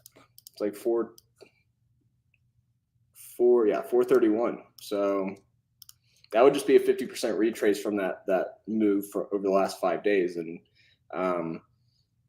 doesn't mean it will happen, but it wouldn't be shocking to see it happen. But the fact that we are holding above the VWAP is definitely maybe more of a bull thesis for now. But, things move so quickly in this market. This could be completely a different candle in 10 minutes. So SPY definitely above the important levels. The Qs pretty much similar kind of thing here. So we had this diagonal sloping resistance zone. We broke out of it, very similar to the SPY. But one thing that's interesting is you have this huge area of volume here. So, pretty classic volume shelf is what I like to call it. Just an area where you have a lot of volume holding in a particular range, a pretty narrow range. So anywhere from, let's call it this node right here, all the way up to around here. That range is around, 342 all the way up to around 347. So, pulling back and just consolidating at this shelf would actually be pretty healthy as well. So you generally get a little poke out of here, get a pullback, kind of price bases, and then you get a continuation up. So that would be kind of the textbook move. So if that was the case, maybe 1 or 2 more days of just kind of chopping around and maybe even retesting the point of control. And remember, the point of control is just the longest volume node. In this case, you can't even really see it. It's this area right around 342.50. So that would be an area that would just be kind of a classic pullback area, and then we'll see what happens from there. If the price breaks down through this shelf, then I would definitely expect a retest of this previous resistance, and then that would potentially be your support zone below. And remember, these are diagonal lines, so these are a function of time, right? So like, if you want to even want to just kind of get an idea of what your levels are going to be each day, all you would need to do is kind of just draw a line here. So each time I move this line, it's 1 day. So for the next 4 days, we could essentially know exactly what that area would be. So if you just did like this. So notice here, as days go on, these levels drop a little bit. So for example, today, if we went straight down, you'd be around 336.43. If we moved down to this resistance, previous resistance acting as support tomorrow, then it'd be closer to 334.90. So you can actually map out these levels by just kind of creating these little lines here and then seeing what does that line up with. So it's kind of like, you don't have to go every day and see, okay, well, what's the next level below? You just literally map it out for the next 4 days, and each day what that potential support level is below. So yeah, I mean, and did you have any individual names you were watching today? Because I had a couple that have just had some like at one point Roku today was down 5.5%, came all the way back to down only 1%, and is now back down to down 4%. Yeah, no, there's a lot of volatility. I mean, the only one that I'm really kind of actively trading at this point, and I wouldn't even call it actively trading, I just have an open swing position, is BLNK. So this one's kind of been a little crazy. I haven't really been actively trading much. I just, it hasn't been an incredible market recently until the last 4 days.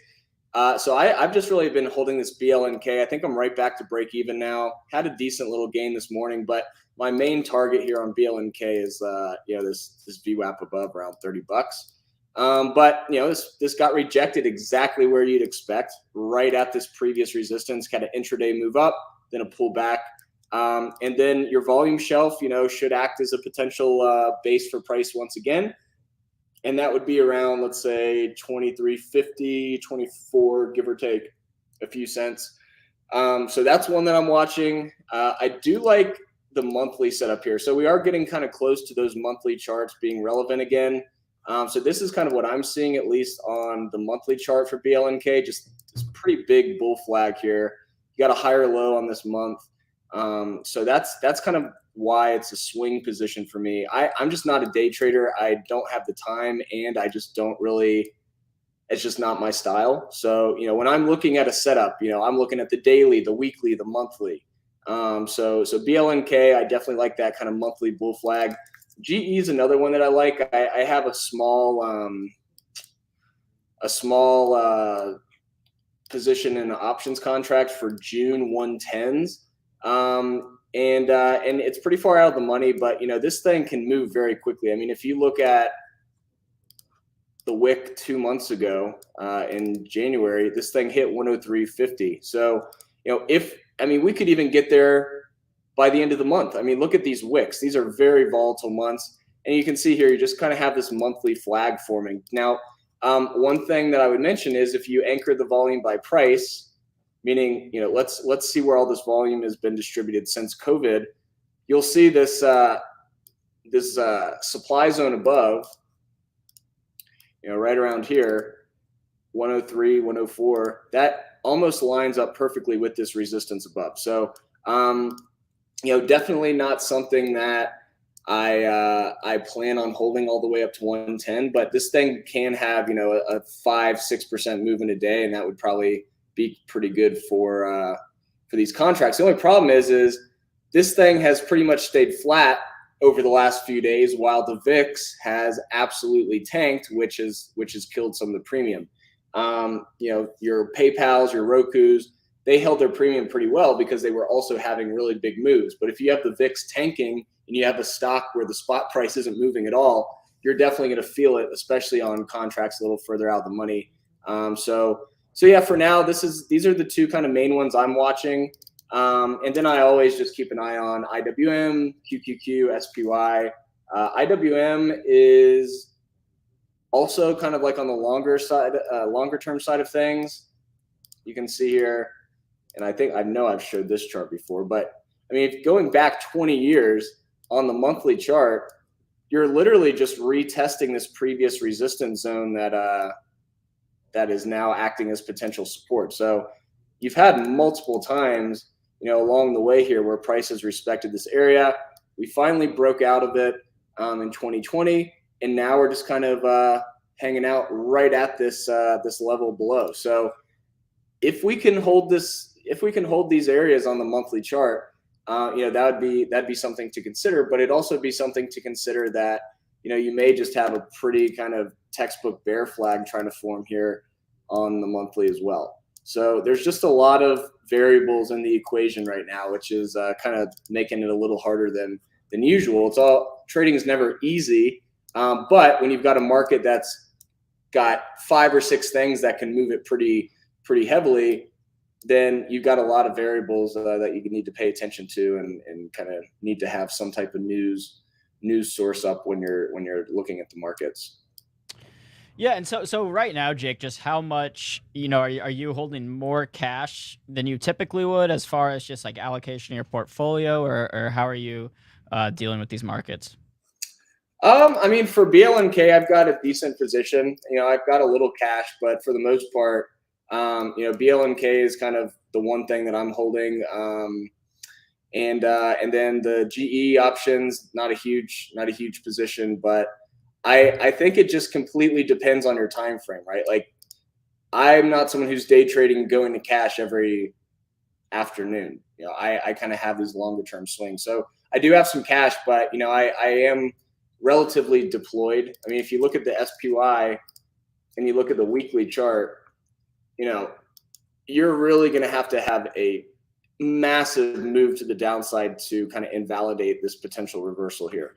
And then on the monthly, you can see here, you've got this pretty decent hammer forming. So if we were to look back, we have kind of traded within this area and pulled back to this support zone below, but it's a relatively strong monthly candle. So, for me, it's kind of looking like we may get at least a short-term reversal. But if you are kind of on the fence and you're wanting to hold some cash, this is definitely a thesis for the bull side or bear side, which would be, around 350, 375 below. But generally, you don't have more than 3 really red months in a row. Even look at COVID. You had 3 red months, and then you had this huge move up.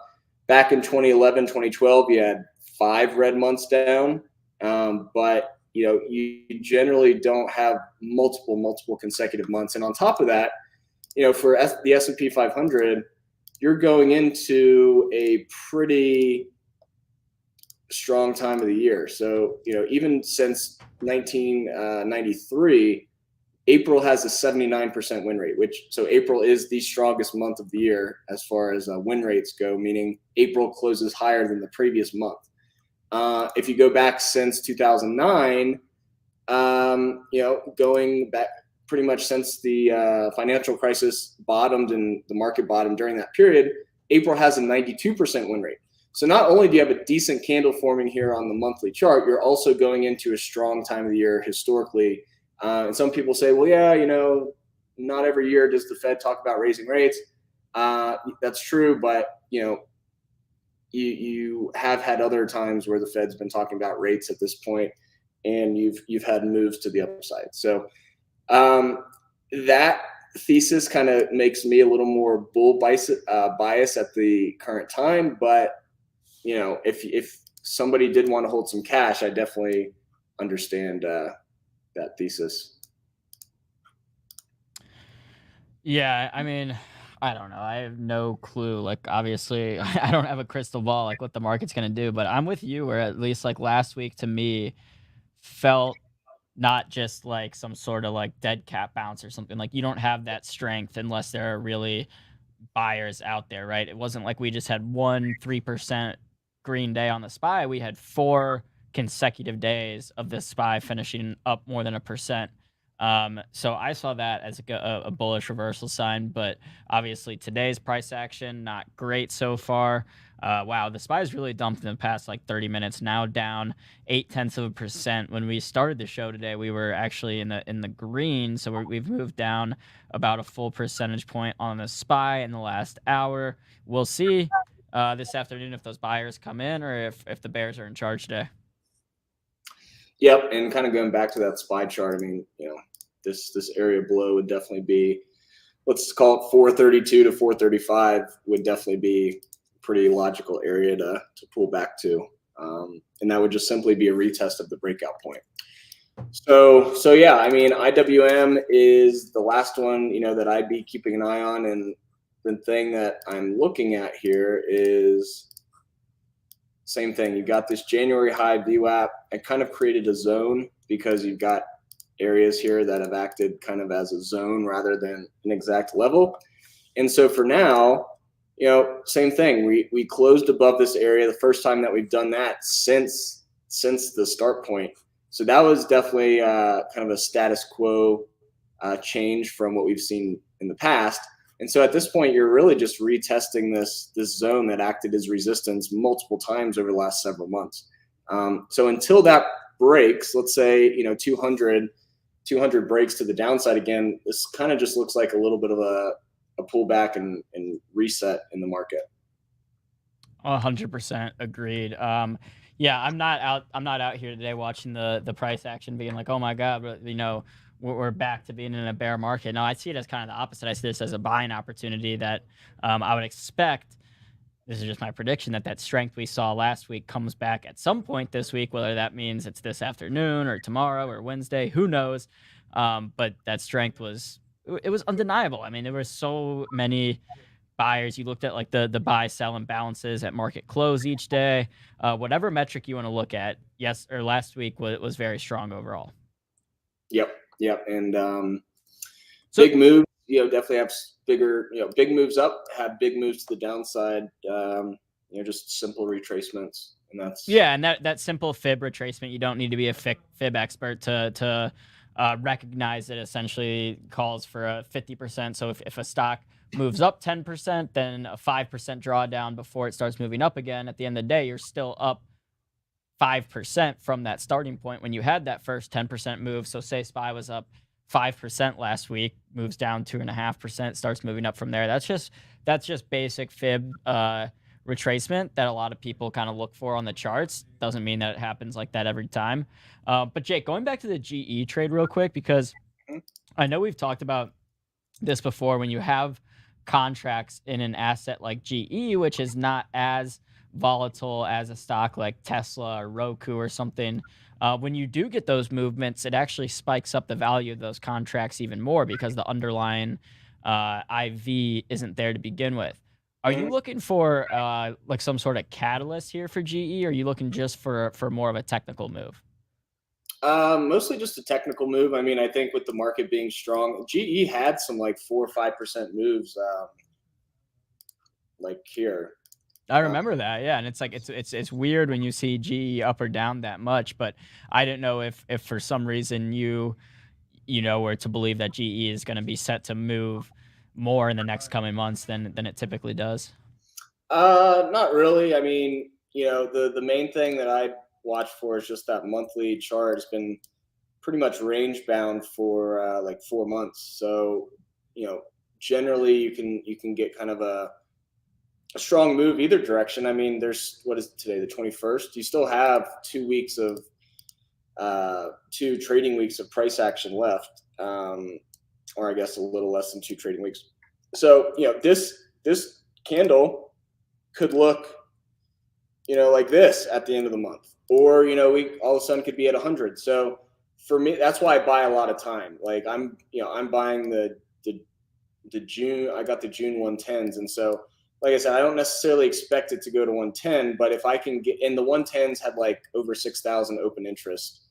So I definitely wanted something with a little more open interest. But, even if this thing ripped in a week or two to 103, 104, I'm sure those will be at a decent profit. And then, I'll just take it. So whenever I pick a strike, I'm not necessarily like expecting it to get all the way to that strike.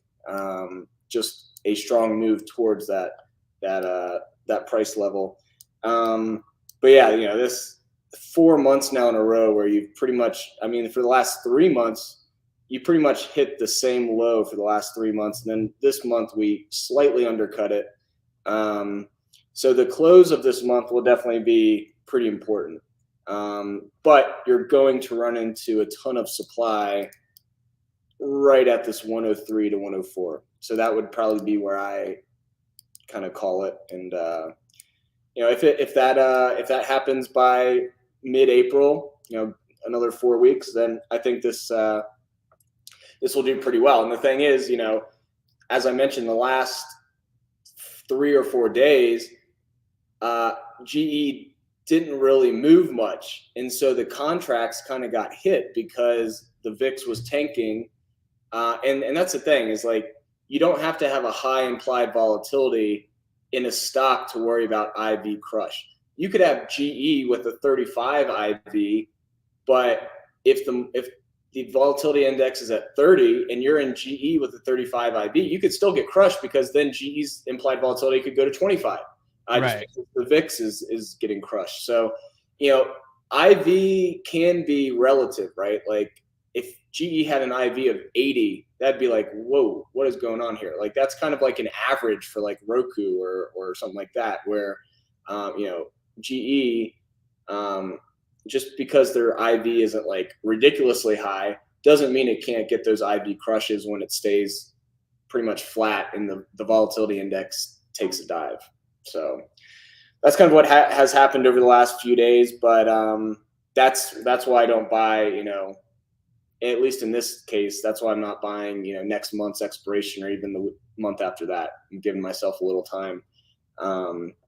And yeah, we'll just see how it kind of plays out. But yeah, those are kind of the main ones I'm keeping an eye on. I generally am not trading more than like 2 or 3 stocks, especially right now. I'm just not trading that actively.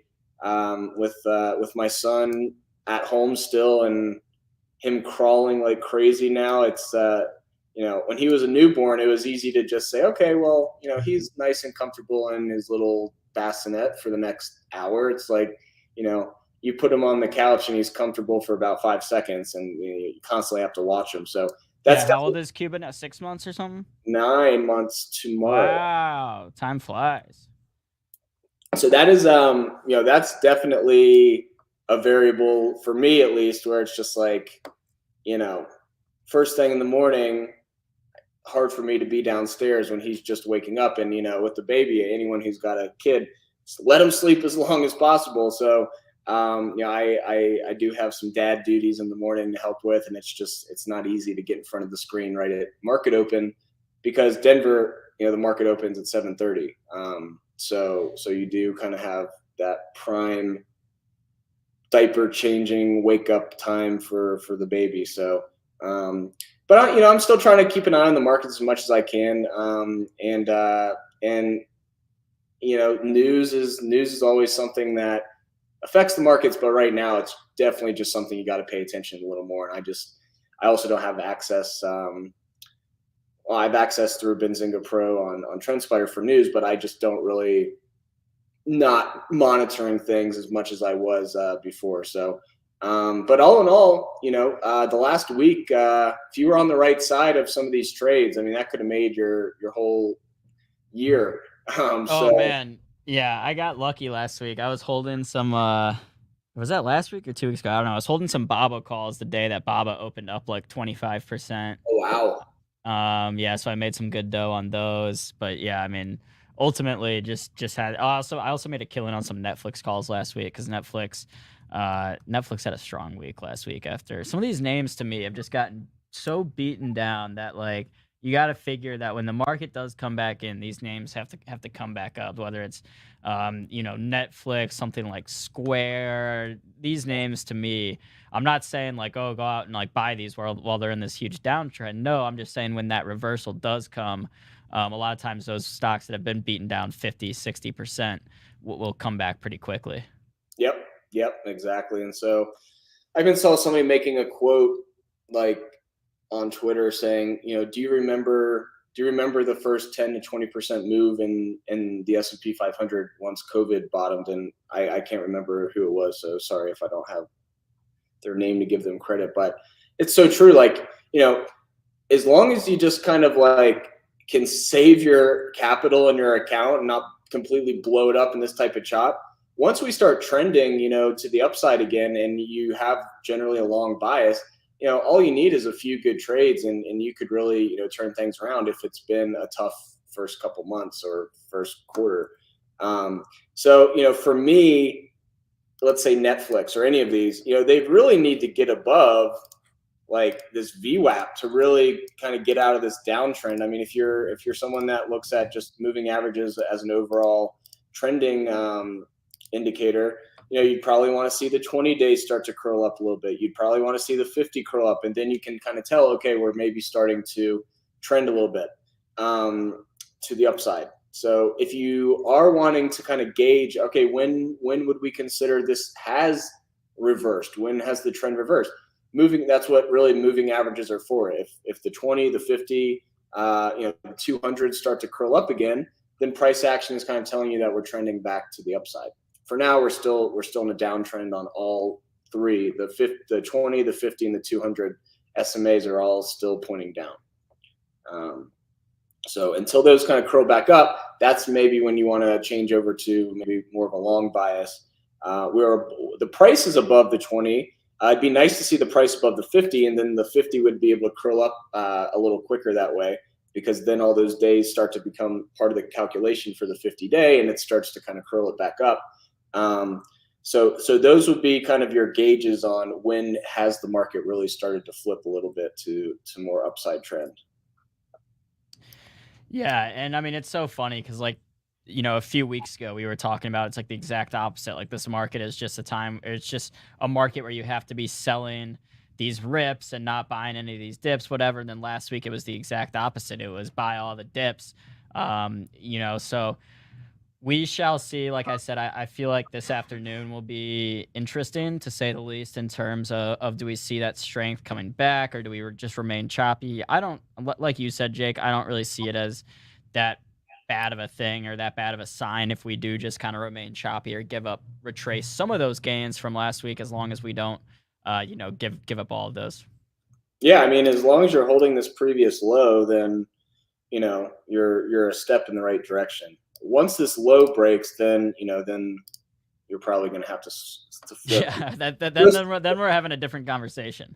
Yeah, and that's the thing. Most people are looking at these previous lows as kind of your threshold of, are we gonna hold possibly these bases or get the next leg down? So, at least for Netflix, I mean, the 20-day, this blue line seems to be pretty important. I mean, if you look here, 1, 2, 3, finally broke through it and holding above. So if we can hold above the 20-day, that could be something on Netflix to keep an eye on. Yep. All right, guys. Well, Jake Wujastyk coming from TrendSpider. We have the link in the description. You can get a code off using the code. Let me find it. Is it code Benzinga? BZ25. BZ25 for 25% off. TrendSpider link in the description. There it is up on the screen as well. Jake, always a pleasure to have you. Looking forward to next week when we get you back on the show. Sounds good, man. Have a good one. You as well. All right, y'all. That was Jake Wujastyk from TrendSpider. Check it out. BZ 25% off. Spence, how we doing? We're doing well. I've been getting ready for this next segment here. We neglected to do this on Friday, but we're not too late to do it right now. So what I'm going to do, where are you playing that banner from? Oh, what I'm going to do is share my screen right now. We mentioned this the other week, Aaron and I did, and it was a little bit early.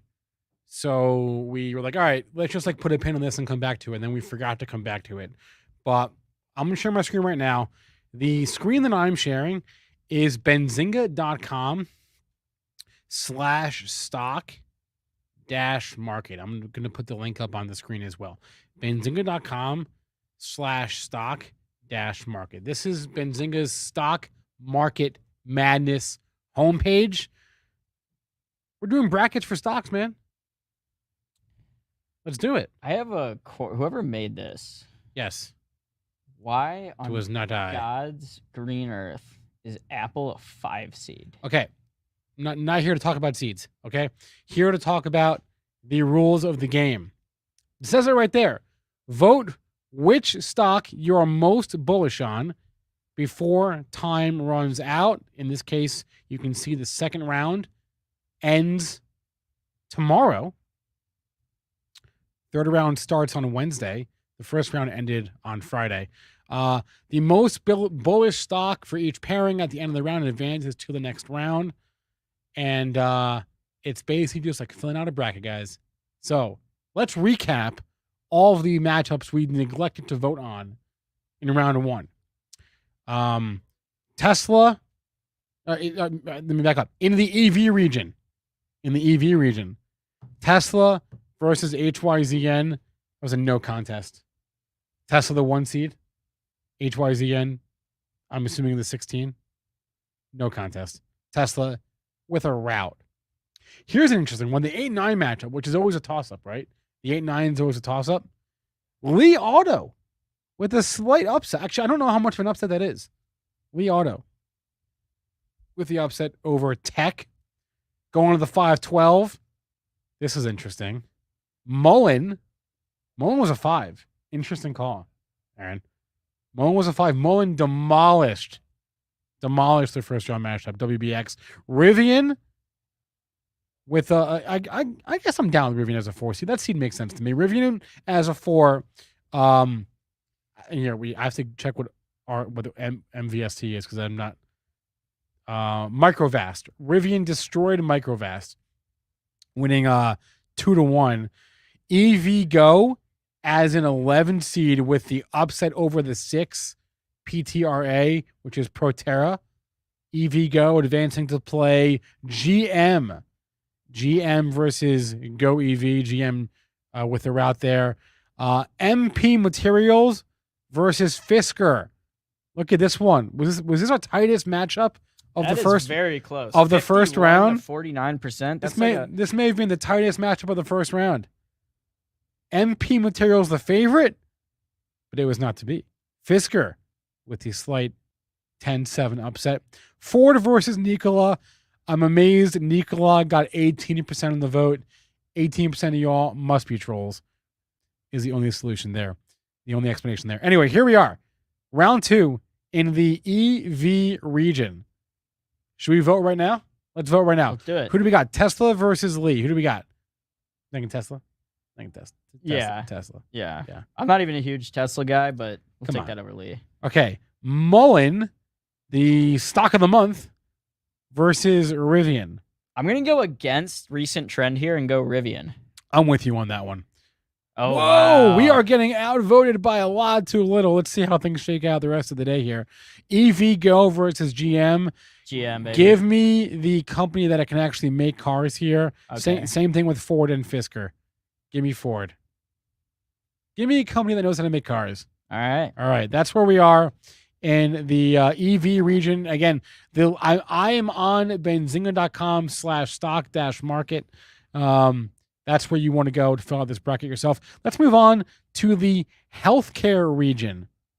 Healthcare region. Round number 1, the 1 seed Pfizer versus the 16 seed Walgreens Boots Alliance. Pfizer wrecked them. All right, a lot of y'all bullish Pfizer. This is interesting. Teladoc versus CRISPR. Yeah, CRISPR snuck that one out, 52% to 48%. This is of a course, tough CRISPR, the gene editing, getting a little love from retail investors. You can see it here. Outpaced Teladoc, the bigger company. So CRISPR got the nod there, but now CRISPR is going up against Pfizer, Tough one. one of the absolute behemoths, both in the just pharmaceutical space in general, and then of course over the last couple years is one of the biggest COVID-19 plays. I got to go with the bigger name here, Spencer. who do I you got to go think? with Pfizer. This is tougher than it looks. I'd be curious to get y'all's thoughts in the chat. I'm going to go with Pfizer as well here, and this is my bracket. So I'm going to go with Pfizer. But CRISPR is a Kathy stock. CRISPR's got growth. It's sexy. It's interesting. It's a little close. What about this one? Eli Lilly, pharmaceutical versus health insurer, Cigna. Eli Lilly won. Now we have Abbott Labs versus Intuitive Surgical, Med Tech. This and Abbott Labs crushed them. Abbott Labs, I should note, is near an all-time high right now. The stock is on fire. So now, you want to pull up the charts while I do this. Let's look at the charts of Eli Lilly versus Abbott Labs. I suspect they look eerily similar. Wait, hold on. What's up? I think you thinking of AbbVie at all-time highs. Abbott is not. AbbVie Oh, really? is. Am I thinking of AbbVie? Yes. Because they did that spin-off.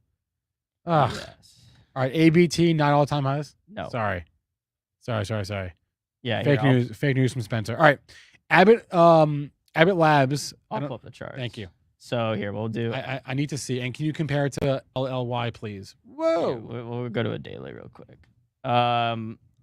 Compare it to Eli Lilly. Yes, please. How do I do On that? the top there. Compare. There you go. Nope. What's the ticker? LLY. LLY. There we go. So you got Okay. Eli Lilly in the purple, Abbott in the not purple. Yeah. here. All right. So you Well, can this see is they were tough one. trading together, and then recently, well, I mean, Abbott. Here, let's throw AbbVie in there too, just for fun. Well, AbbVie is the one I was thinking of.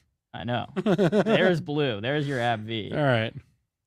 Okay, let's go with Eli Lilly for this one. All right. Why? Because whoa, that's a 50-50 shot right there. That's interesting.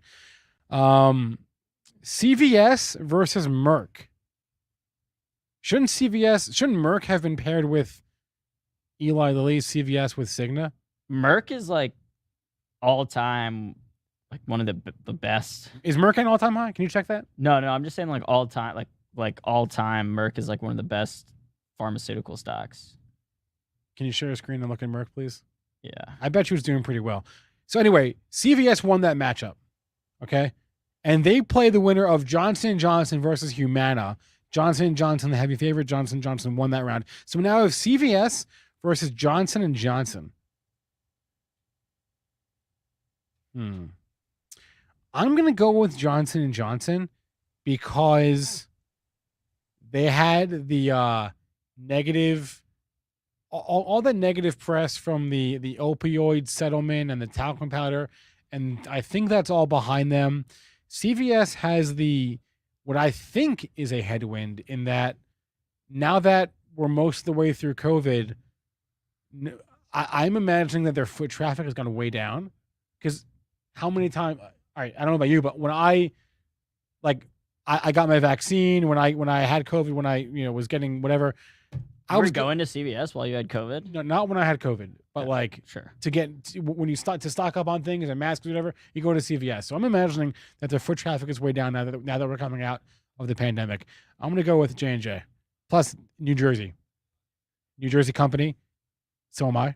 So, well, as you can see there, CVS has. Wait, I can't see it. What do you mean? You didn't show your screen. No, I'm just saying, okay. As you can see on your screen, that CVS has the lead right now, yes. 58% to 42. Moving on to the next matchup, we've got United Healthcare, got defeated by AZN. AstraZeneca versus Moderna. Is that what's happening here?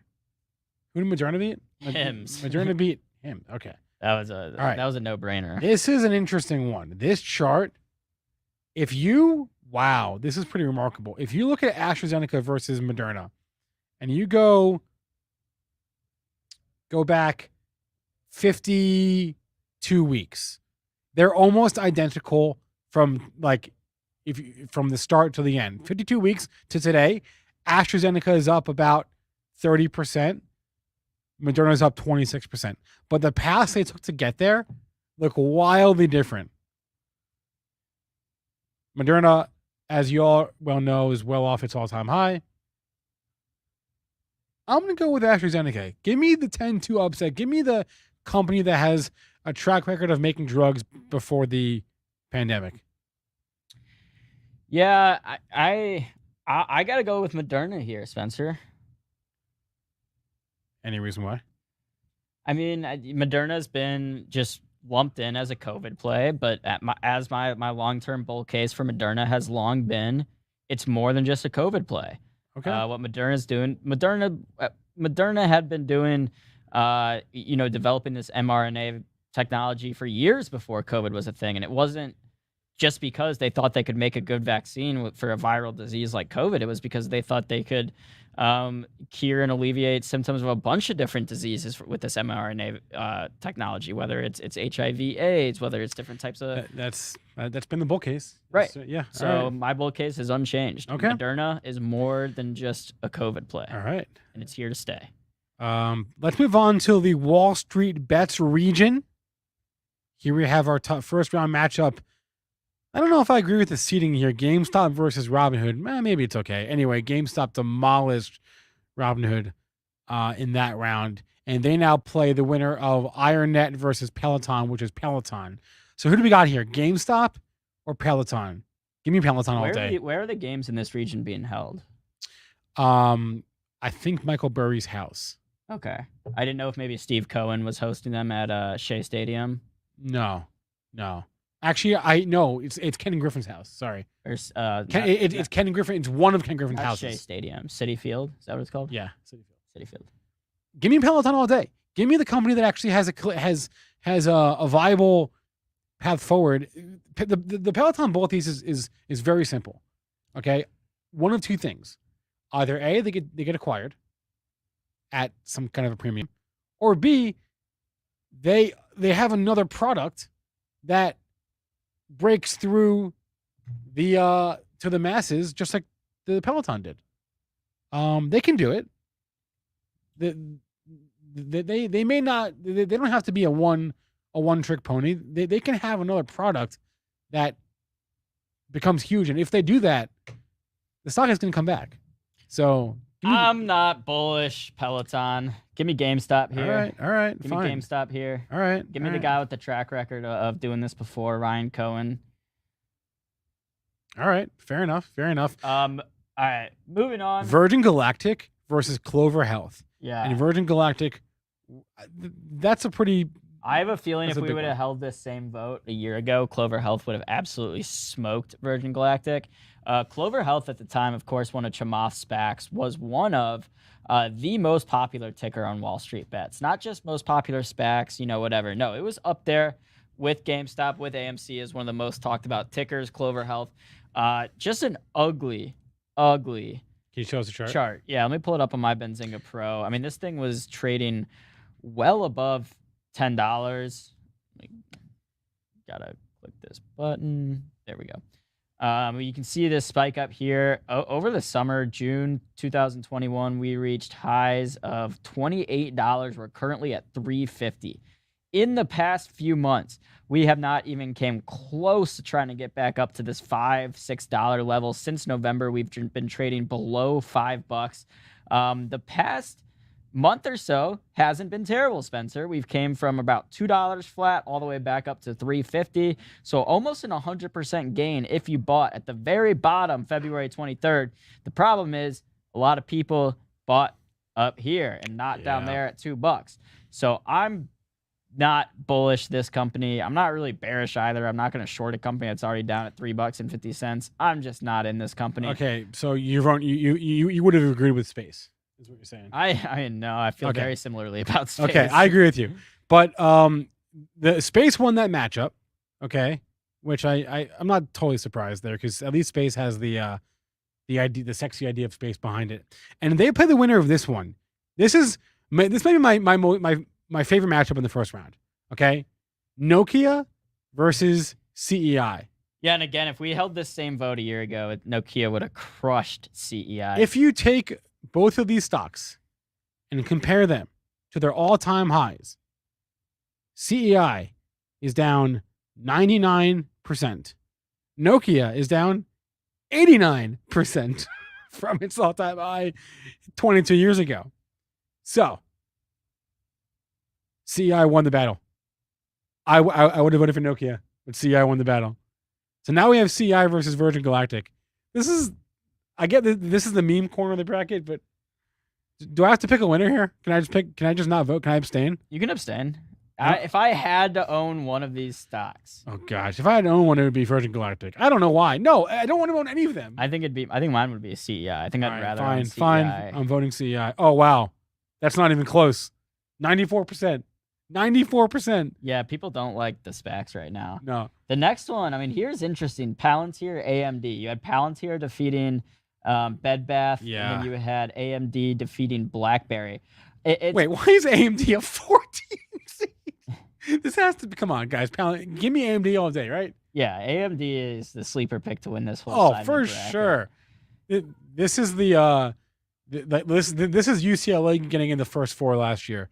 That's what this is. AMD should have run away with this one. Yeah, and then we'll take AMC down here just for fun. Lucid Motors, formerly CCIV. Again, just like Clover Health last year around this time, CCIV was one of the most talked about stocks out there. Of course, merged with Lucid Motors, now LCID. But you got to go with AMC, kind of the younger brother of GameStop that really got this whole meme stock thing going. You gotta pay your respects.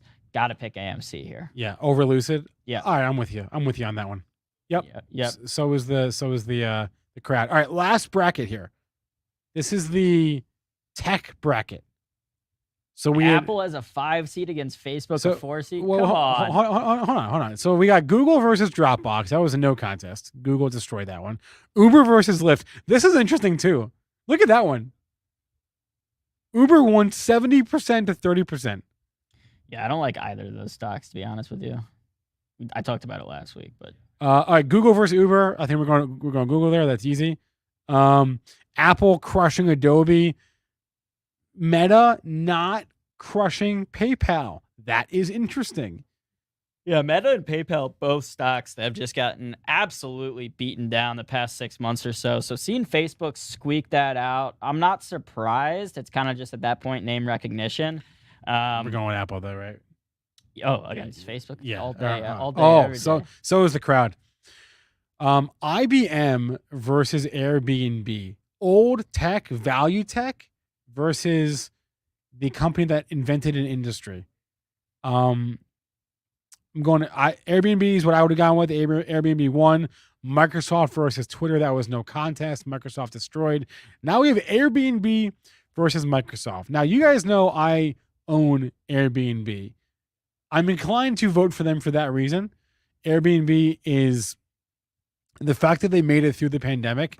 I think this one, just like the Great Recession, kind of led to the birth of the company. I think the pandemic is going to end up being a thing we look back on as a thing that supercharged Airbnb's growth. I can't go against Airbnb here. I can't. Against Microsoft? Yeah. I just think the model is so good. It's a stay-at-home play and a reopening play. They win no matter what. I mean, if you'd to tell me I had to own one of these stocks for the next 10 years, I would pick Microsoft. If you had to tell me pick which stock will have the better return over the next 10 years, I might pick Airbnb. I think there's more upside with Airbnb. Definitely more I'd feel upside. Safer holding Microsoft over more the next 10 upside years. there. Totally agree. And then we have Netflix beating Salesforce in round 1. Amazon, I'm surprised they didn't win 100% of the vote over Snapchat. So now we have a Netflix versus Amazon round 2. Tough draw for Netflix, man. See, this is the same thing. I think like the same thing with Airbnb and Microsoft. I think I'd pick Netflix with its current share price to have potentially better returns than Amazon, just catching back up. But I'd rather own Amazon. Like I'd feel safer about not losing capital owning Amazon. But Netflix at a position where it's 50% off its highs, I think Netflix gets back to its previous highs before Amazon doubles from where it is. Yeah, of course. Yeah, you're right. That's going to be easier for because of the market cap. But yeah, you're voting for Netflix. You're at least being consistent with your logic. If I was consistent, I would have voted Netflix, but not over Amazon. Sorry, I just think they're too good. So the crowd agrees with me so far. The crowd does not agree with me on Airbnb. All right. So this is the link, benzinga.com/stock.market. This entire contest that we're doing is sponsored by Public. Want to thank them for sponsoring this page. There should be a link in the description of this video. I'm going to also drop the link in the chat to create your account at Public. Public is cool because they are one of these new retail brokerages, and they made not doing payment for order flow a core part of their business. So check it out, public.com or public.co, I think. I don't know. The link is in the chat. That's all I know. Link is in the chat and description. Check it out. Check out Public. Check out this page. We're going to be revisiting this page on Wednesday. On Wednesday, when the third round begins. And we would know for sure whether our bracket is busted or not. That was a lot of fun. I really enjoyed that. Speaking of busted brackets. Yeah, what about it? How are your real brackets doing? Not good. Not good, man. I have Kentucky and Auburn in my Final Four, which means I have half of my Final Four out already in the first weekend, which is not great. I do still have 6 of my 8 Elite 8 teams in, which is cool, but I'm not going to win this year, which I've accepted, which is fine. I have this one going that's in the 99th percentile on ESPN. I have basically, how is this? Oh, wow. Never mind. Okay. Oh, ouch. So I only have one remaining team left here, UCLA. But up here, I have only 2. Okay. I shouldn't have bet against Duke, man. That was dumb. Why did I pick against Duke? Yeah, I can't. I had trouble. That was so I had trouble believing.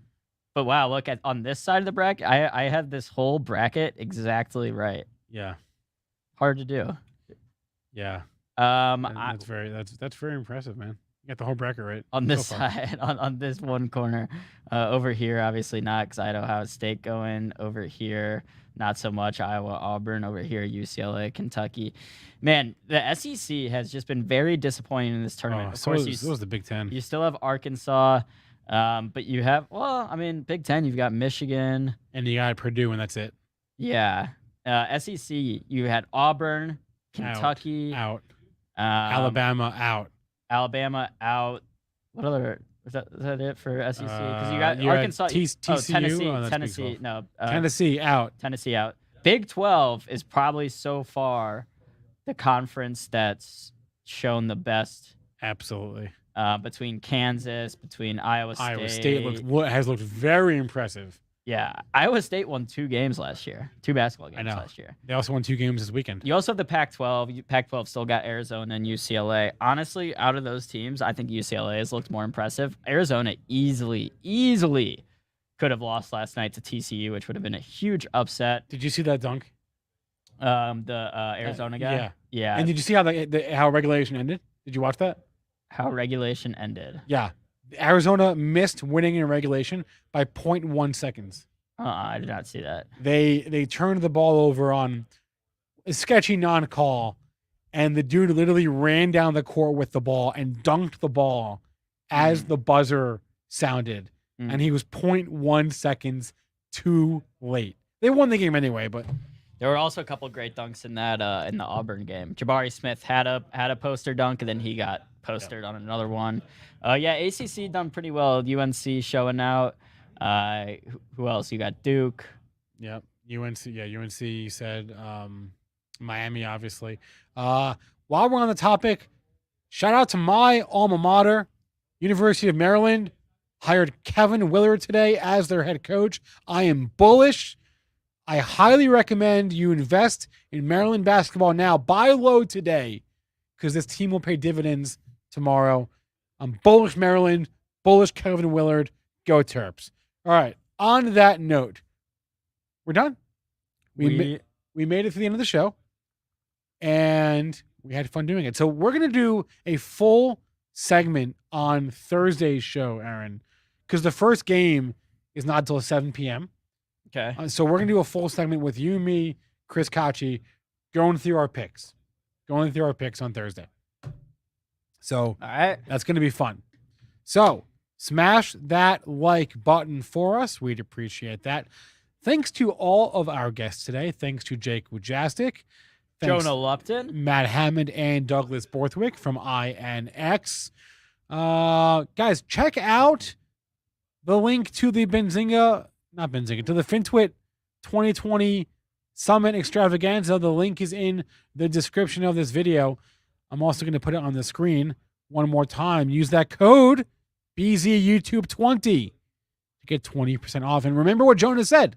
The early bird ticket expires, what do you say, Thursday? I Friday. believe so. I think he said Thursday. Thursday. All right. There you go. Don't say we didn't warn you. Moon or Bust is going live right now. So stay tuned for that. And that's a wrap. Love you guys. We'll be back tomorrow, 11 a.m. Same Eastern. time tomorrow, Knuckleheads. I just made that saying up myself. 11:30 a.m. Eastern, actually. I said 11. It's actually 11:30. Till true. then, stay green. We're on a 23.5-hour break, except we're not. And happy trading. We'll be right back.